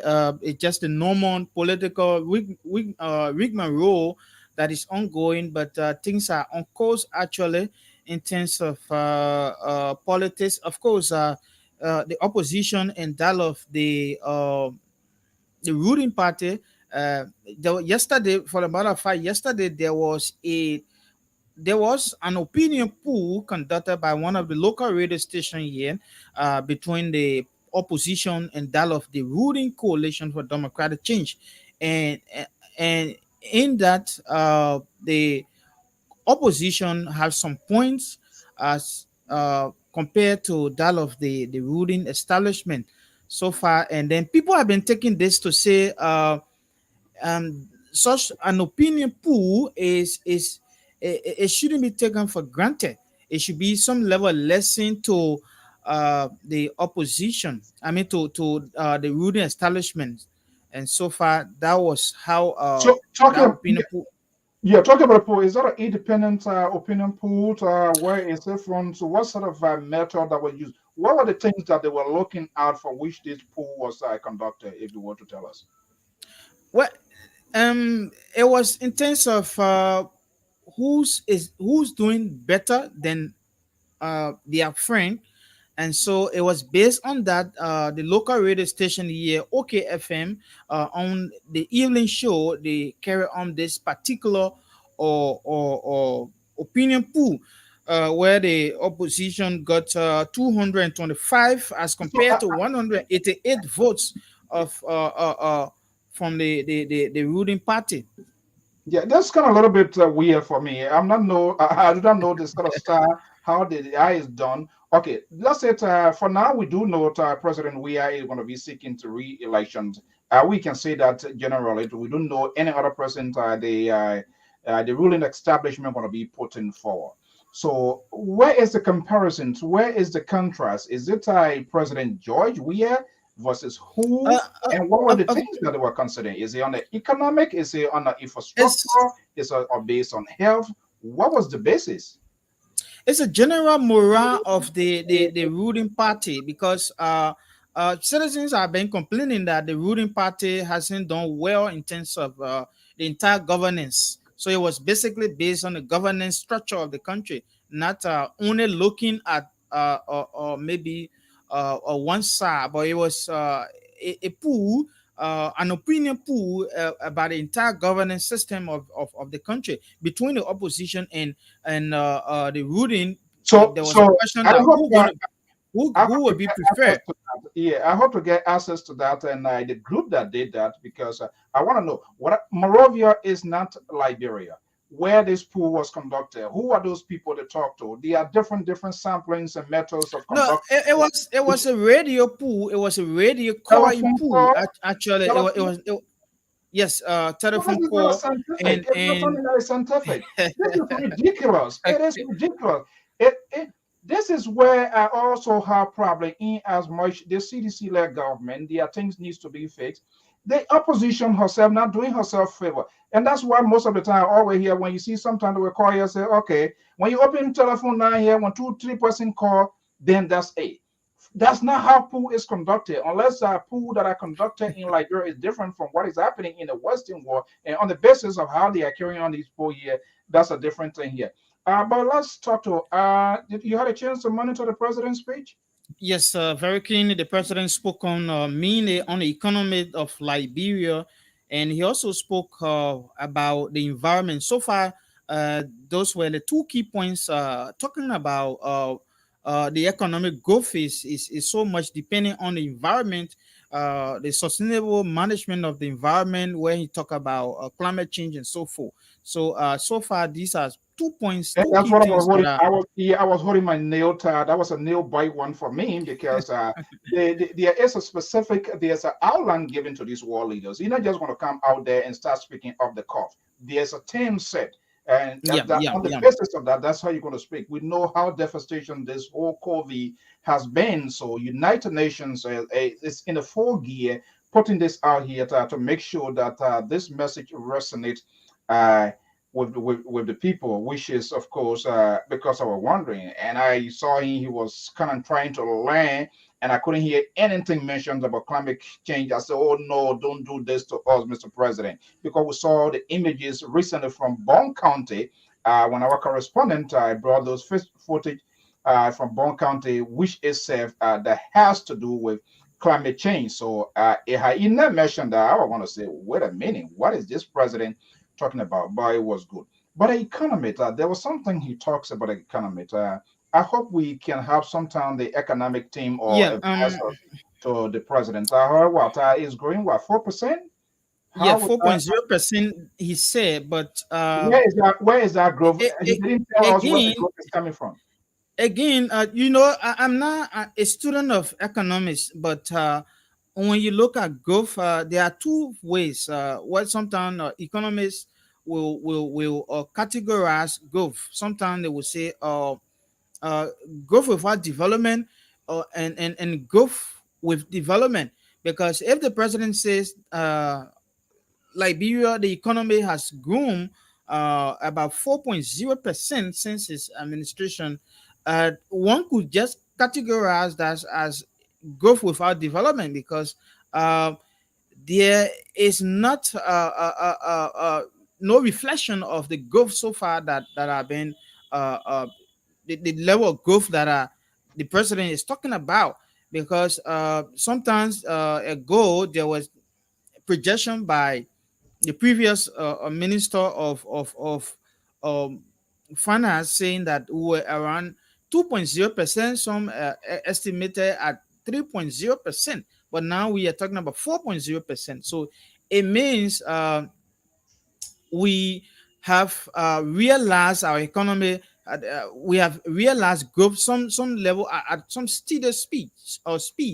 But unfortunately, uh, in its actuality, we are not experiencing it. It could just be based on the IMF own barometer of measurement. The president might just be uh, uh, uh, referring to, or maybe could be his reliance. But in its actual sense, like you said, the economy has grown. For example, the level of employability, or the level of employment opportunities in the country, when you look at it, is far below. Is very much below the belt. Uh, the entire structure. There are many. There are not many private sector that is booming the economy, or that are booming the economy. Like, as unlike in previous years, when we have some bigger organizations, or uh, should we say engine of the growth, people who consume large who employ large people, I mean people on a larger scale, so as to see the actual growth. Because for example, if people were employed to on a larger scale, you will see the growth appearing in people. It's going to be actualized. But again, the president's own projection, one may say, is not based on the Yeah, reality on ground. yeah, and one thing I didn't hear, usually when you talk about economic growth, where the progress is being made, you also want to make your listeners or people that are following to know exactly where that growth is coming from. It was ambiguous. We didn't hear exactly where the economy is doing well, whether from the agricultural industry, whether it was from the employment industry, wherever it's coming from, we don't know. So we don't know how the 4% is being proportioned, where where is 1% coming from, where is 2% coming from, where is 3% coming from to be tallied to be 4%. We don't know that. But do you think you in Liberia, will we hear from the opposition, even though it's not a state of union, but this is something the president is taking to the international community, making a case for his country and said, speaking on this wide range of issue. One of the things that I didn't hear extensively that is also mentioned outlined into the protocol here to speak to the General Assembly is security. Every other day, and I know even in US yet, somebody is right now to get a killer on the hunt here, but I'm not sure security wise. People being hunted down, a lot of killings been going, inconclusive investigations, and all of that. I don't know how can the And Minister of Justice can I address that. think the UNGA usually has a team surrounding economic growth, security, climate change, and so forth. I guess these are thematic areas that usually the UNGA is based on. Speeches by President zoom around those thematic areas. Though I may not be exact, but these are areas that the speeches from presidents or from world leaders around the world are zoomed around. For example, just only yesterday there was a death of the son of the former president of Liberia, President John Todman Yes. was killed. John Hillary Todman was killed in a cold blood. Family believes that he was murdered because he was living in a place alone. So there were no other no any there was so far no progress report from the president to say, oh yes, because due to the wave of this, we have put in place XYZ measure to tackle the level of insecurity in our country. We didn't hear the president saying Yeah. anything as such as it relates to security. Yeah, somebody sent me the photo of that. It's very graphic. That's not something you can put Yes, out yes, there, very but graphic. it's graphic. You don't want to do that. And there are some other world leaders that were appealing to the United Nations to help out. So I thought, and it's glaring. Liberian can out of a desperate, brutal civil war. So security is still a challenge, and it will be a challenge.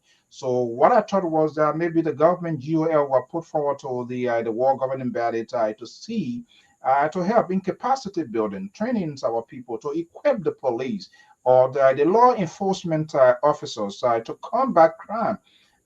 Even though there's a target here, but you can also use that, and that's one of the things.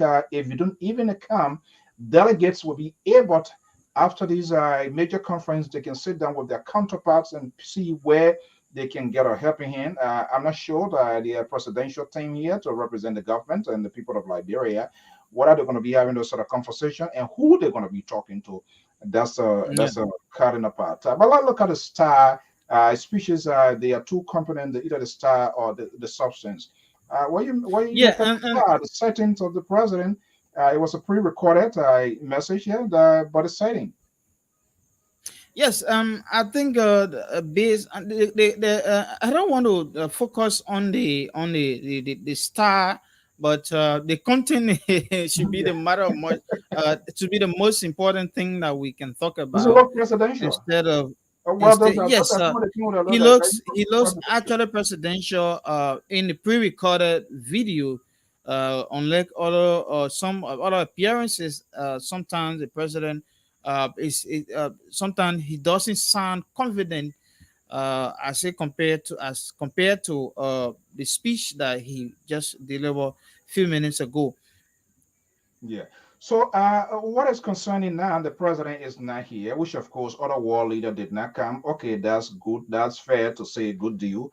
But the delegations, the delegates here, who are they going to be talking to? I saw recently a meeting with Lindsey Graham of South Carolina. Come on, you can be if you're meeting with people like Chris Coon, who is a here on the foreign relation. He's very in good rapport. Uh, to the president. Lindsey Graham, he's a Donald Trump favorite. If Donald Trump was in office, that would be a good thing. But I'm not sure what I meeting. So you have to know your target audience. You have to be strategic in your approach. You have to be strategic. So I don't know, because this is the guy now who does not even want to give Biden a chance. So how can he? Where is he lobbying from? Where is he gonna go? So meet people like Chris Cohn, meet other folks that are close buddy to the current president, because eventually that's where your assistant going to be coming from. Yes, I think that was a mistake that the delegates in the U.S. made No, I actually, won't say that. because I won't say it was a mistake. They have their own no, plan. I don't want to say. I'm They need to put. analyzing from my own observation. I'm analyzing it from my own observation because if you say you going to lobby it, it's not only about just any other big names, but people who are influential, who they're not just any other influential people. In fact, people who have some connections with the order of the day. But it's not just because he's part of the Senate, and he has had some previous connection with the past government, and you just go ahead, setting out a deal with him. So I think this is a misstep, a bit of misstep that the president, the delegate, the Liberian delegate in the U.S.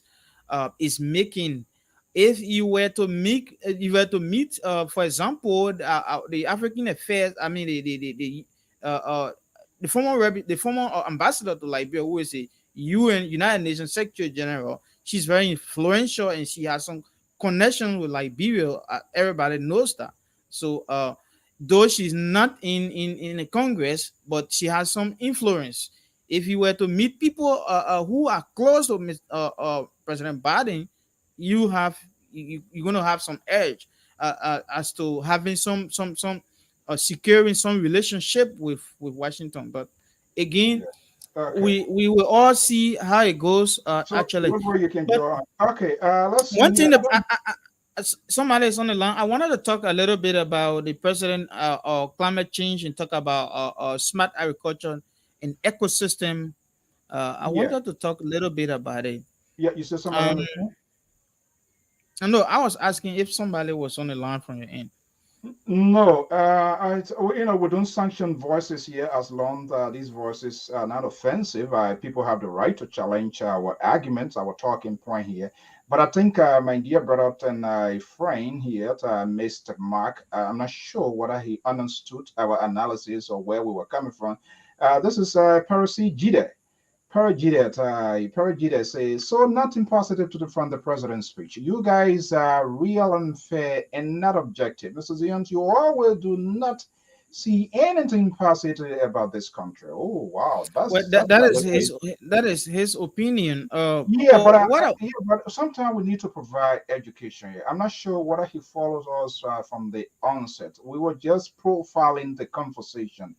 And I was clear here. I say I was keeping my nails biting here because part of what is on the agenda here by the United Nations is to talk about global warming. And so when the president called Mhm. us, said, yes, you hit it. Unless he's taking my entire opinions or my view of the delegation who the meeting, the president spoke well. All of the things that they talk about that the United Nations calls for to be addressed, that's what the president addressed. However, we can also question what the president is saying. I talked specifically about the economic growth. It's fair to say where this growth is coming from. If that's something he wants to play blind eye to, that's fine. Look, government, And I did you talk want to about be it. strategic. You can, when you are a government official, you come here, you want to meet with the Secretary of State, you want to meet with the United Nations U.S. ambassador, you want to find people that are closer within the inner cycle. So I don't know if you know Lindsey Graham. Lindsey Graham, he's another jack. So you don't want to get anything. Do you think you're going to have a conversation with Lindsey Graham and then you go to Joe Biden as compared to meeting with Chris Cohn, who is the chairman on foreign relations, and you're telling me that we're doing something? Some of you people, you support these people and you're unable to tell them, to give them a good sense of direction in case they are erring. And that's what we are doing. I don't I want good things to happen to my country, because if the things are not so good in the country, the stress is put on me. I want to Sure. have I don't The opposition, all of them, they are the same people. They don't have no strategy. So I'm not like one of those guys who just kind of play into people. I'm putting forward solution. The delegation is still here. Let them work hard and meet with people like Chris Cohn. Let them meet people like Chuck Schumer. Let them try and get to the speaker. That's the rule in the establishment. If it was Donald Trump time, I would say, okay, meet Lindsey Graham because he was head on the judiciary. They can walk through the door of the president. Let me go to this number here from Delaware. Maybe that Joe Biden calling here and see to meet our delegate. 302. There are presidents like Joe Biden. Unfortunately, this is Amos. I'm calling from Delaware. Okay, because we're talking about, I want my delegation from Liberia, Tuwe, McGee, and all of those folks to meet people that are closer, that get the ears of the president. So when I saw Delaware number calling, I thought either Chris Coon or Joe Biden himself were calling here. Okay, let's hear from you. Good afternoon. Yes, Alfonso. My name is Amos, and actually, to tell you the truth, I live not too far from Joe Biden's residence. Like what? There you go. But hey, I'm nowhere closer. But let me tell you the truth. Now, this is not a political commentary. I want to be technical here. The president's speech was poor. Not that it was poorly read by him. It was not his fault, but it was poorly written. Now, for anybody who understands English, yeah, I'm telling you, English 101, 201. Now, I mean, let somebody come and tell me that if I'm wrong. This year's theme for the United Nations was based on 5 different areas. It was based on climate change, rule of law, gender equality, good governance, and COVID-19. Can you tell me, Alfonso, among these 5, revitalize the United Nations? Okay, maybe 6. How many did our president emphasize? How many did our president actually talk on relating to Liberia? How many? Did you remember how many he emphasized on? He talked about the climate change. He talked about climate change a bit. Security, and I mentioned that security is also part of it. It was not extensive because we're seeing a lot of things, and this is why people don't want us to talk about. It is not helping our country. If I support this president, if I'm a member of the opposition, I don't know what I can even spend the evening with them because I will tell them things they need to know. And we who sit behind this microphone, it's not all of us here for entertainment. We do it for the good of the country, and we do it based on the profession. So if you come here for me to cook meal for you because that's what you want to eat, I'm not going to do it. I have to tell you what it is. And if we love this president, if we love our country, we need to tell our leaders. We're not insulting anybody here. We're not using language inappropriate. We just talk to them and tell them, hey, this is the way to go. Go ahead. Yes, I agree with you, but let's forget politics, okay? Let's leave politics alone. When you, let's say you took the national exams, right? The national exams in Liberia. If they gave you a topic, now when I took the entrance for at the University of Liberia. Also, let's say an essay to do an essay. Yeah, they gave you an essay part. And when they gave you an essay, they gave you a specific topic to write on. Exactly. So if you have to write anything contrary to what they gave you, you probably flunk. Paragraph, even a paragraph. Sometimes they tell you the length of paragraph, things that they want to be embedded within your essay. They want you to be specific to those areas. Now you listen to the speech prior to his, right? The lady highlighted everything, including gender equality, the rule of law. I mean, she was very specific. So counted paragraph by paragraph. But our president spent almost 5 minutes on felicitations and commendations and all. That's not necessary. That would just be one or two sentences in paragraph. United Nations did, Mr. Blah blah blah, and then you had the main points one by one. But his concentration was on climate change. Only climate. Well, for the most part, his speech was on climate change. And what about rule of law, gender equality, good governance? Now, COVID-19, possibly he referred to it. But what was Liberia? How did Liberia probably progress? The progress made, the pitfall, and what you want the international community to do. Because he didn't talk anything about that. Coming here, you also have to be sincere. You all have to be honest and say, "Hey, this is how far we are gone, but we are not there yet, and this is what we need to do." And that's what people don't want us to do. I don't understand how they want Liberia to excel. So you see, Mr. Saul, actually, I don't blame him. Whoever wrote the speech did a poor job. There are a lot of people. You know, poor job. I don't know if the person did 101 English or they. That one that's 001 now. That one. But you see, I thought the president, you know, in his reading the speech, especially at the end of it, he did a very good job. You know, yeah. He was very, you know, he was very confident. You could see the confidence in him as he was reading it. But whoever wrote it were the wrong thing for him to focus on. So the focus was then on what he was actually supposed to base the speech on. Why Yeah. I think because it was pre-recorded, so it was. Yeah. You know, on a 15-minute speech. Nonsense. Okay. I mean, that's my take. So, all right. Yeah, I mean, yeah, and that's what we do. We allow people to express their view here. To look, we all have right to you know, the site and I talk about our country as long as it's done in a civil context. Yeah. So it's done in a civil context. That's okay. All right, but thank you so much. And yeah, like what is person? Okay, we've been joined from Saxton, Sacramento. The Liberal Progressive is here, Samson Blokuto. He's from the opposition, so I'm not sure what are you going to take it from the opposition and or he's going to give it a realistic approach here. Like what a Facebook user said, meeting Republican loyalists during the Democratic presidency. Let's see how that plays out. God, exactly. So this guy here, Jida guy here, I had to call people out. Parajide, some of you from Grand Jide because I too from Grand Jide. And let's see this here. What do you think will happen if a business or investors leave from the U.S. or any part of the world and goes to Liberia and decide to meet COP people or CPP people? You sure government going to grant them the license? That's what they are telling us.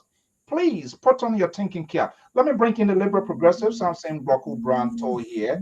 I'm quite sure I know we're going to have a clash of the Titan here again this evening because before we go. And when he tries that, I'm just going to kick him out and be done with him. That's it. So let me just bring in the Liberal here. The Liberal Progressive is based in Saxton, Sacramento, Californians of the Liberia Public Radio. Are you mad with me? No, Mr. So, good evening. Good evening to you, Mike. Can you hear me? Good evening. Good. Okay, yes, I heard loud and clear. I'm hearing you now. Okay. You know, yesterday, my guy who was watching yesterday, who makes your voice to go away, he's here again today. So be careful how you do your thing. Okay, Liberal, good afternoon.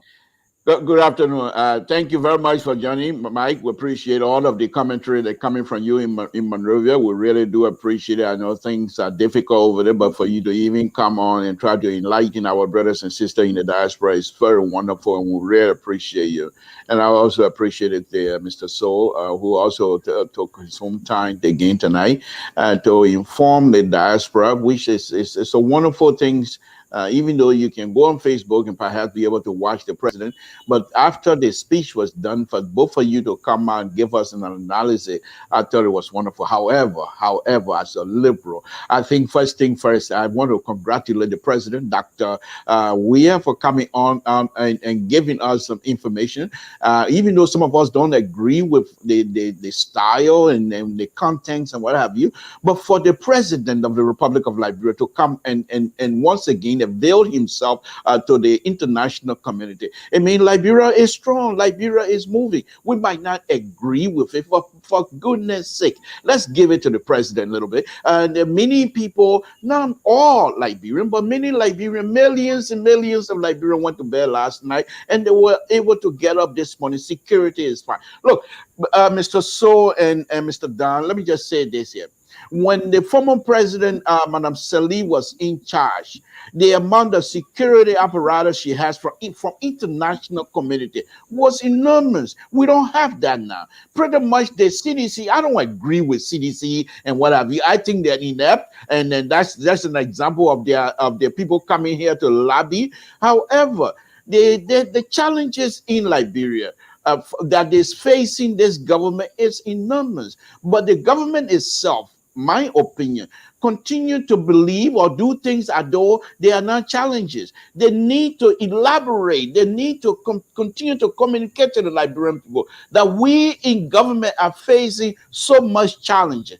However, how can they do that when they continue to have people going buying car, a minister buying car in a poor country where people go to bed with no food, minister buying car and using champagne to wash a car? How are you going to come and tell your people that you're failing challenges? And then you're going to have the honorable people to come to the United States and try to meet or lobby instead of coming up and come up with a good strategy. They're going to meet with Lindsey Graham, who is a two-faced as far as I'm concerned, because there's a man here in the United States who once used to be one of the best friends for John McCain, and then when Trump came in, Trump said a nasty thing about him. People thought he was going to get away from Trump, but because Jack. Exactly. It's just unbelievable. It's a complete disappointment. Yes, and but So you're going to go. I think the Liberians delegate, the Liberian delegate does not know much about him, and people are saying that they met That's him at the law inexcusable. firm, the law firm where Bakari Sellers works. So, and they saw that opportunity to meet him as well.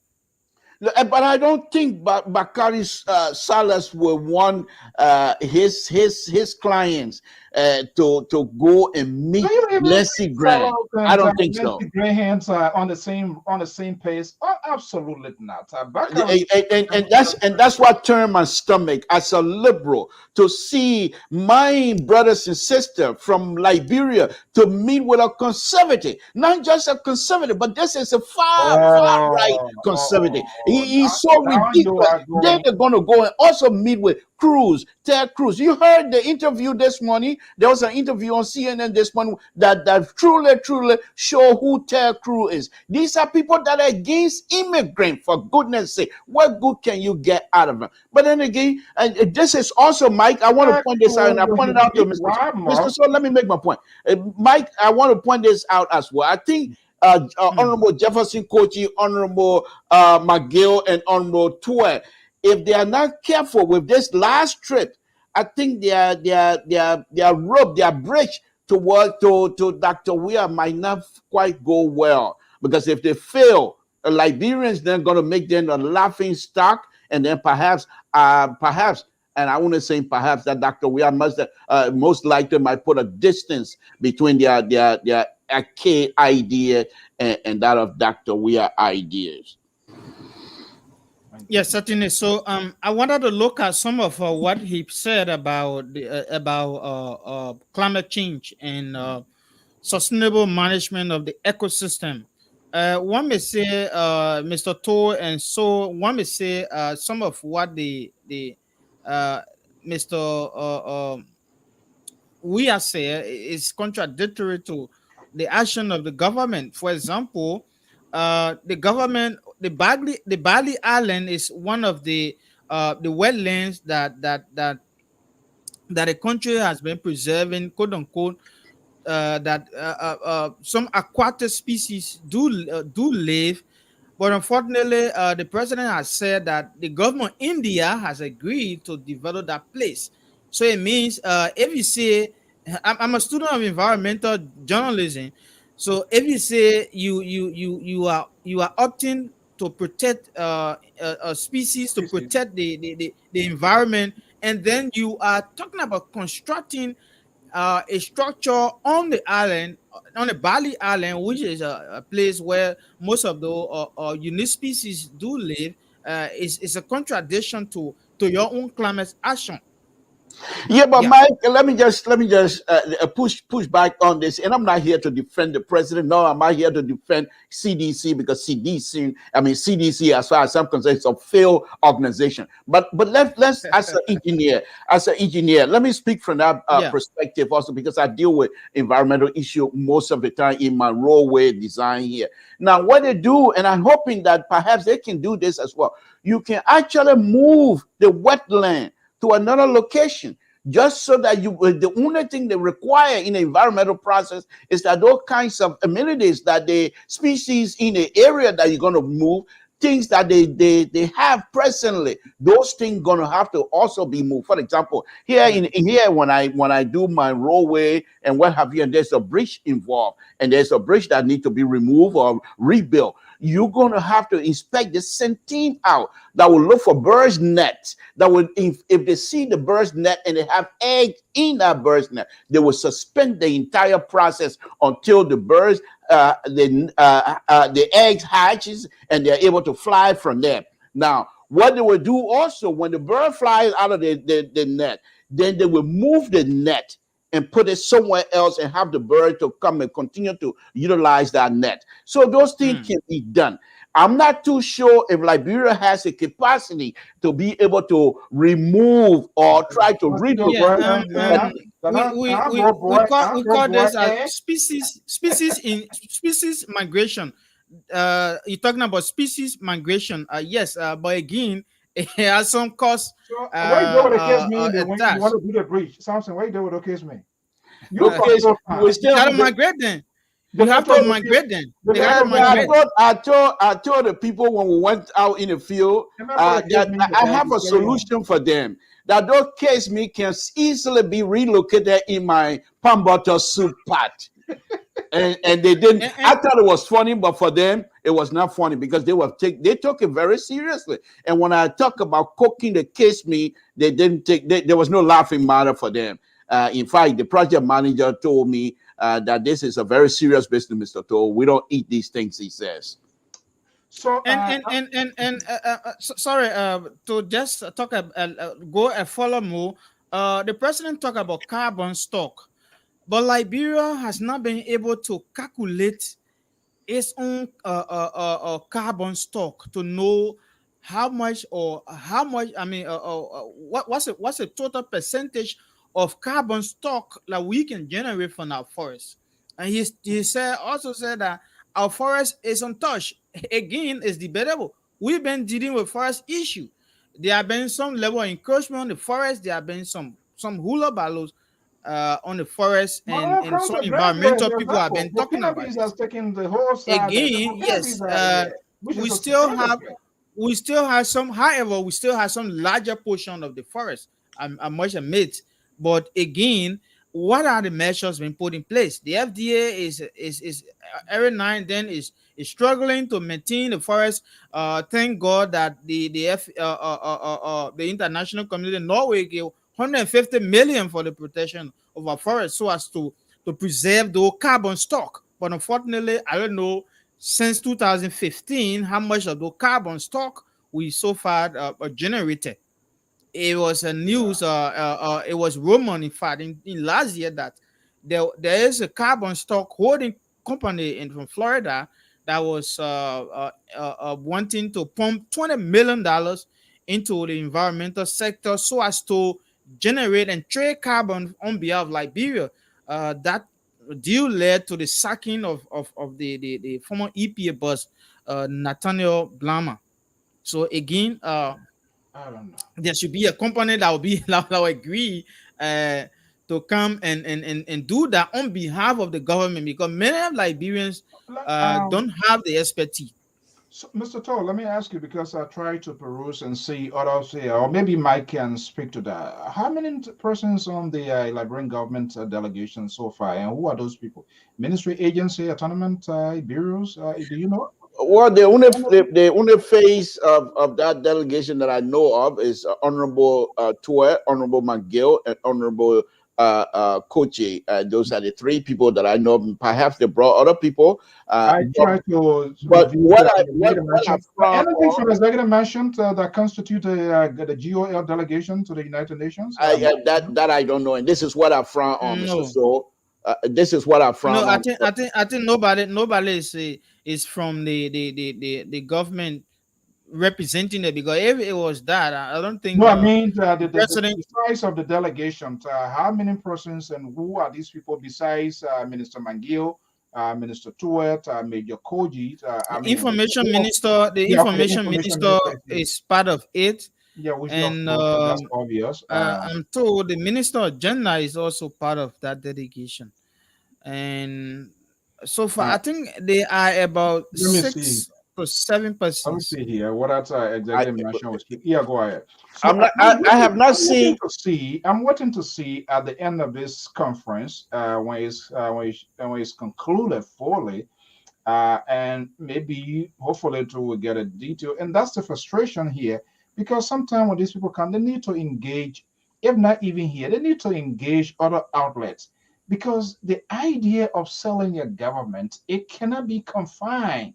You can't just keep it within your close proximity. Get out there and see people who sometimes disagree with you, and see your ultimate goal is to get the message of the government, to drive the message of the government. But if you come, okay, maybe if I go to LPR, Samson Toll will ask me Liberty Party question. He will ask me CPP questions, COP questions, all of that, even though they are not disasters in waiting, because they don't have no agenda. Mr. So, I will not sit here and allow you to try to degrade my good people of the opposition. Mr. So, this is not something we're talking about the president's speech, and instead of us to concentrate on that, why are you bringing the good people, Dr. Baka and his people, into this conversation? We don't need your commentary to see what we just leave it with us. We're putting ourselves together, and we will come and lead you of everything else. I don't want surprise for my country. I don't want to be surprised. I have had a lot of surprises, and I don't need one. No more. I can pick chance. I can't gamble with that. But you're not. With Dr. Baka, you're going to get a real deal. With Dr. Baka, you're going to get a real deal. Risk.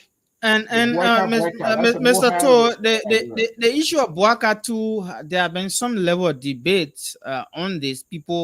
Many have been saying that taking into consideration his age and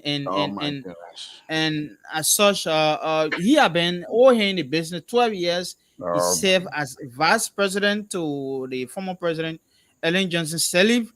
Though many did not understand him when he said a race car parked in the garage, but rather they were saying that they were thinking that he was referring to an old car. But the last time when he appeared on one of the stations, I don't mean to interrupt.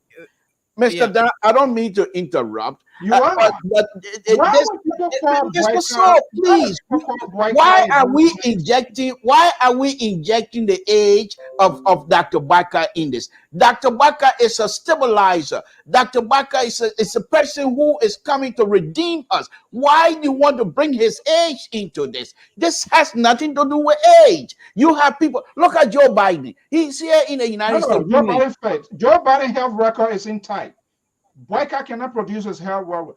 You are not a medical doctor. You are not a medical doctor for us to present. You are not a medical doctor. You are not the medical doctor for us to present. I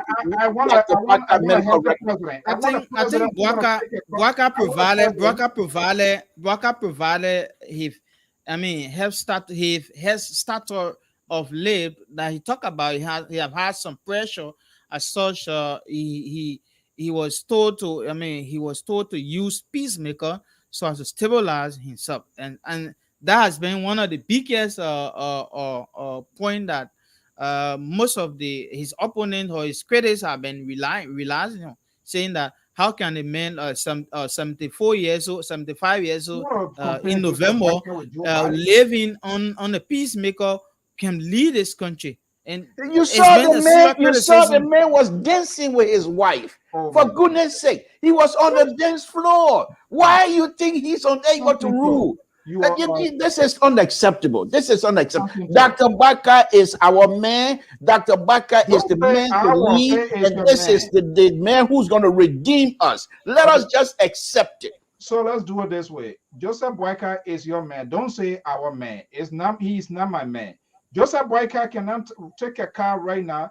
The road leading to my counter is completely inaccessible. Joseph Boyka cannot go back and come back and not taking into Ghana. So I promise you, as an engineer who practice engineering here in the state of California, if The Liberian people trust just Dr. Bakai. I will volunteer my services and go out and give you the good role from Ganta all the way to your own hometown. You are doing your country the service. You're waiting for the unknown. What we don't know. Mr. So, because the people that are in power refuse to accept my offer. And Mr. Don was in Monrovia. Mr. Don was in Monrovia when I offer my service. He can attest to it. And then you, Mr. So, can also attest to that. Yeah, that I must give you the mark. I must give you the mark. That is fine. You have, and that's another part of the sedition. They don't listen, and they have people who they just want to listen, who do not even help. They have they're just doing the country the service, not just to the president. Because this is not about the president, it is about the success of the country. Because when the country is doing well, you and I and other people back there, the tension will ease down, but people don't even they don't see it that way. Yeah. So and in relation to the question about migrating species, you heard this. Did you see this question, Mr. To? The area of Bali is a habitat, so migration don't work in this instance. So you are engineer and environmentalist and conservationist will say no. Habitating, I mean, every animal or every species has its own its own habitat. So if at all you migrating that particular species from one habitat to another, you're going to have some problem for those no, species. I don't accept that. I don't accept that, because here in the United States, quite recently, you heard there was a building that collapsed over there in Florida. And that building sits there all along that whole corridor that sits on a wetland that used to be. And people, you can actually have that engineer. You have environmental engineers that can do these kinds of work. So for you to say, because this is a natural place and therefore all of the animals cannot be removed, I don't buy that. What I say to this is that you have, the only thing people can argue about that is it's going to be very costly. It's going to be I was talking about habitat, because he said Liberia has some of the untouched good ecosystem that can be developed, and so so I said it was a contradiction, because he has been saying that the Bali Island going to be built, a conference center going to be built on it. So what are you going to do with those species that do exist in that particular Bali Island? In the mangrove, areas, there are specific species that are very unique to that particular ecosystem. Okay, all right, okay. So do you, even though you're not a state of I want to give it to you, Mike. I didn't think that you were that much way up there in terms of environmental issue. I really appreciate that. I really appreciate that. Thank you very much. Yeah. So you think Crow right now, Mr. So I didn't say I agree with him. I said I appreciate his knowledge. However, I still say it is doable. The only issue always like this sort of correctness. You can't even admit. Mr. So the liberal progressive is on the floor. The liberal progressive is on the floor, if you don't mind. What I said was it's doable, but it's going to be very costly. That's all it is. Yeah.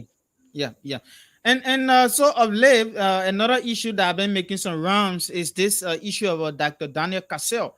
Cassell, it seems to the public that his trouble continues to deepen as it relates to people leaving his party, and he, quote unquote, sacking some officials from his political party. To be honest with you, Mike, we need to ask all of those people that leaving from here, taking political party back home, their long form of birth certificate, and we don't even know for sure.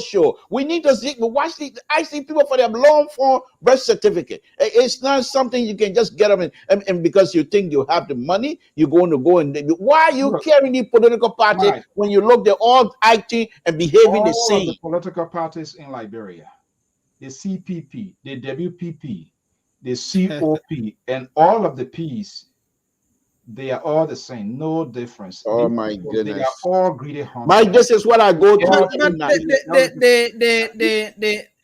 Mr. So, the way in which Cassell was portrayed in the political landscape of our country, Yeah, who and portrayed him? again, It's the people, because and refuse. those people portray him at that way. But you know, Yeah, Okay, that's yeah, we Liberia. go. The internet in Liberia is a little pain in the night. Yeah, yeah, so that's it. Let me just see what I can move in here. Yeah, I think Kasade himself, he's have a political party apparently that is embedded with kind of family oriented. Keva Sample bone in his throat. He yet to answer that questions. They just bringing in people. They want to use financial violence, and that's what happens because if you are not strategic, if you don't have a clear-cut vision, and you just think you have the resources, you want to do it, then that's a problem. Finally, he has But expelled. one of the thing that we're not going to be able to erase out of his whatever episode he's on. One of the thing is that he has gained notoriety. He's well known now in Liberia as a politician. That's the And essence. That's the essence. Something. That's the whole the yeah, proliferations of these political parties and anybody wake up in the morning after getting their breakfast. I won't be senator. I won't be representative. They are looking for political accommodations. They are exactly. throwing unnecessary tantrum so that at the end of the day they will give their vote and they will be accommodated politically. And I that's agree. what happened. I agree with you for once. I agree with you. You always agree with me. You just in denial of the facts. That's all. All right. Let me see here. What am I going to? So, are we going to see reporters or something? Who even going to come from the CPP? Because you guys are in disarray. So everybody going to speak. Mr. So I really don't understand. I really don't understand your argument on this. In disarray, they are not sincere. All these kinds of languages you use to describe who gonna us. speak for you? Mr. So, the leadership themselves, Then Mr. So, the are leadership you will right? come out. If you don't mind, the leadership, we have leaders. They will come out and tell Where you are who's going to they? speak for us. Where are they? We got Dr. Bakai. We got Honorable Cummings. We Has got somebody Honorable Benani Ure. We got our own political leader, the Madam from Grand Bassa County, the good senator from Grand Bassa County. Madam Lawrence is our leader. Okay, let me just tell you, Banana Ure, that's a family club you get there, project it to be a political party. Because that's your opinion. That's your opinion. You're entitled to it. Banana Ure continue to be the leader of another political party in Liberia. There's nothing you guys can do about it. He has already been in there. He's well recognized all over the country, and there's nothing anybody can do. He's part of our political collaboration, and then that's it. I don't care. Mr. So, this is what I want you and your would-be criticizing and what have you. This is what I want you guys to understand. And this is it. Whatever you say about the opposition, that does not make it who we are. We will succeed and we will flood the CDC massively. There is no question. The other way I say, you are cleverly, you are perfectly define yourself what you guys represent. So it's not me saying it. I'm just adding, using your own words, some of your own inept attitude as well, like the CDC, and that's what I'm asking. Okay, the Liberal Progressive, we're going to call it a day here. So let me give you do I have a reg in here? Do I have a reg in here? You want to give a great point to the president's address? Yeah, yes. Appearance and everything else, I'll just grade him A. Yes. Mr. So, the reason here, he's my president. I don't agree with him. I don't agree with many of the speech. Excuse me? The substance of the speech as well. Well, I don't want to touch that. I don't want to touch that. Let the Liberian people decide themselves. But the reason I'm giving him grade, I'm giving an A overall, Mr. So, he's my president. This young man came to this position by the way of the people willpower. This is how it happened. He knocked to the door. The Liberian people said, "Who is this?" He said, "Me, Ambassador WEAH." They said, "What do you want?" He said, "I want to be your president." And they said, "Can you do it?" He said, "Yes." They said, "We'll give you that." Mr. So, let me finish. And then the question was, we're going to let you be the president. In 6 years, come back and defend your position if you want to be re-elected. This is what happened, Mr. Soul. I've always told you that. You see the binder? I got about 5 of them. This is on 4 CDC error that I have compiled into these binders, and then I would bring these binders up to remind Liberians of the inept behavior of the CDC. And so, Dr. We are 6 years. You will go back to the Liberian people and ask for re-election commitment from the Liberian people, and then I will come in as member of the opposition to say this is not what you're going to do. You don't even have We're not much more. continue to sell our future to this president who popularity has been misused. His popularity has been misguided. His popularity is no longer useful to bring any kind of benefit to the people of the Republic of Liberia. You want to get a water to drink? Mr. So, the liberal progressive doesn't need water. The guy who came on last night saying he some kind of a magic African sign got my voice. I got my own voice. This is it. Anybody that comes on here right now and try to temper with my voice, excuse me, anybody that tried to come here and try to temper with my voice, this is what they're going to face. This is a cartel from Toad Town. That's stuff from Walmart, not from Toad Town. Mr. So you don't know what this is from Toad Town. This cartel from Toad Town. All right, that's the liberal progressive from the Liberia Public Radio. So let's see. Today's what? Thursday. What's on the plate for you tomorrow? Well, we're hoping to. Before I go here, let's do this here quickly. The late Bertin Nyenswa, will be memorialized here in the Ocean State of Rhode Island. That will be, I believe, the 10th of October. There will be a memorial service, according to family sources, telling the Liberia Public Radio. The late Emmanuel Bertin Nyenswa will be memorialized right here on October 10th, right here in the Ocean State of Rhode Island. His family, wife, they are here, and they're going to be having a memorial service in the next couple of days. We're going to be posting that, and we are working out things. Liberia Public Radio going to bring you live coverage of the memorial ceremony. And I believe he's been in Rhode Island here. He stays with the community here. His wife is well known here as well. So I would believe it's going to be a sort of solemn ceremony here. Here we just want to announce that details of that information are going to be coming up subsequently.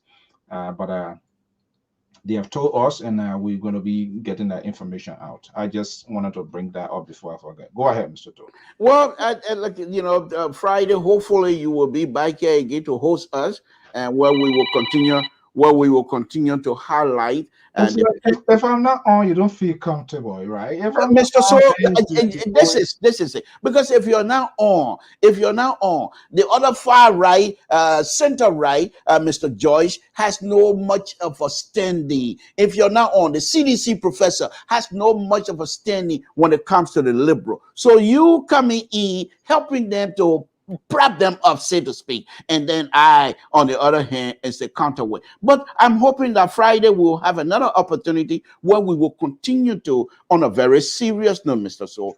You heard last night, there were 2 gentlemen that called from Monrovia, and the 2 young people as well. So when they are called, if you listen to that, I replayed that interview today. It is profound. It is profound, to be honest with you, because these people, the comment that was made by these young people last night is prevailing all over the country. And I think CDC and Dr. WEAH would do much, much better if they try to listen now. Instead of Samuel 12 coming telling us he has some sort of a package, but he's not ready to unveil the package until 2023, when we getting ready to kick them out of office. Is that when you're going to bring the package out for Liberian to see what you have?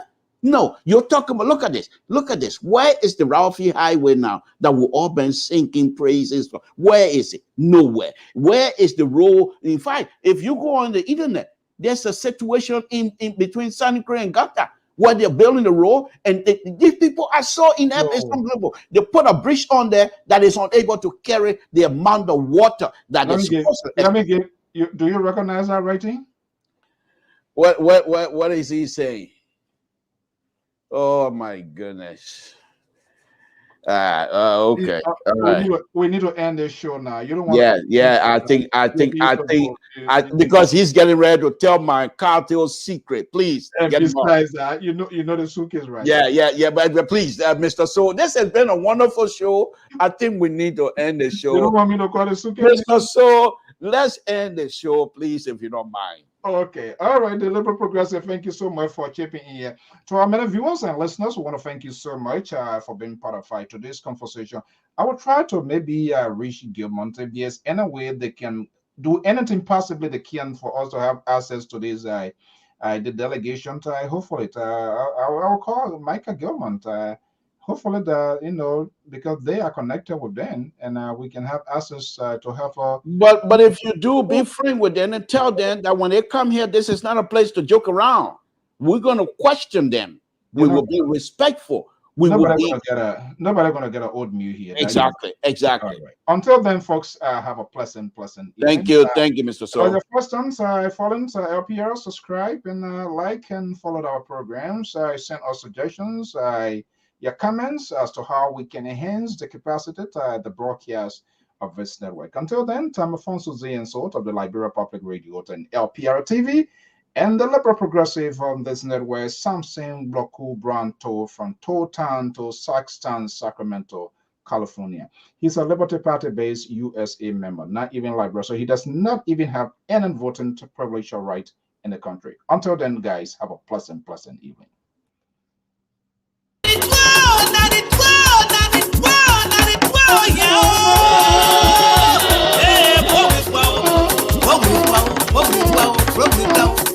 When you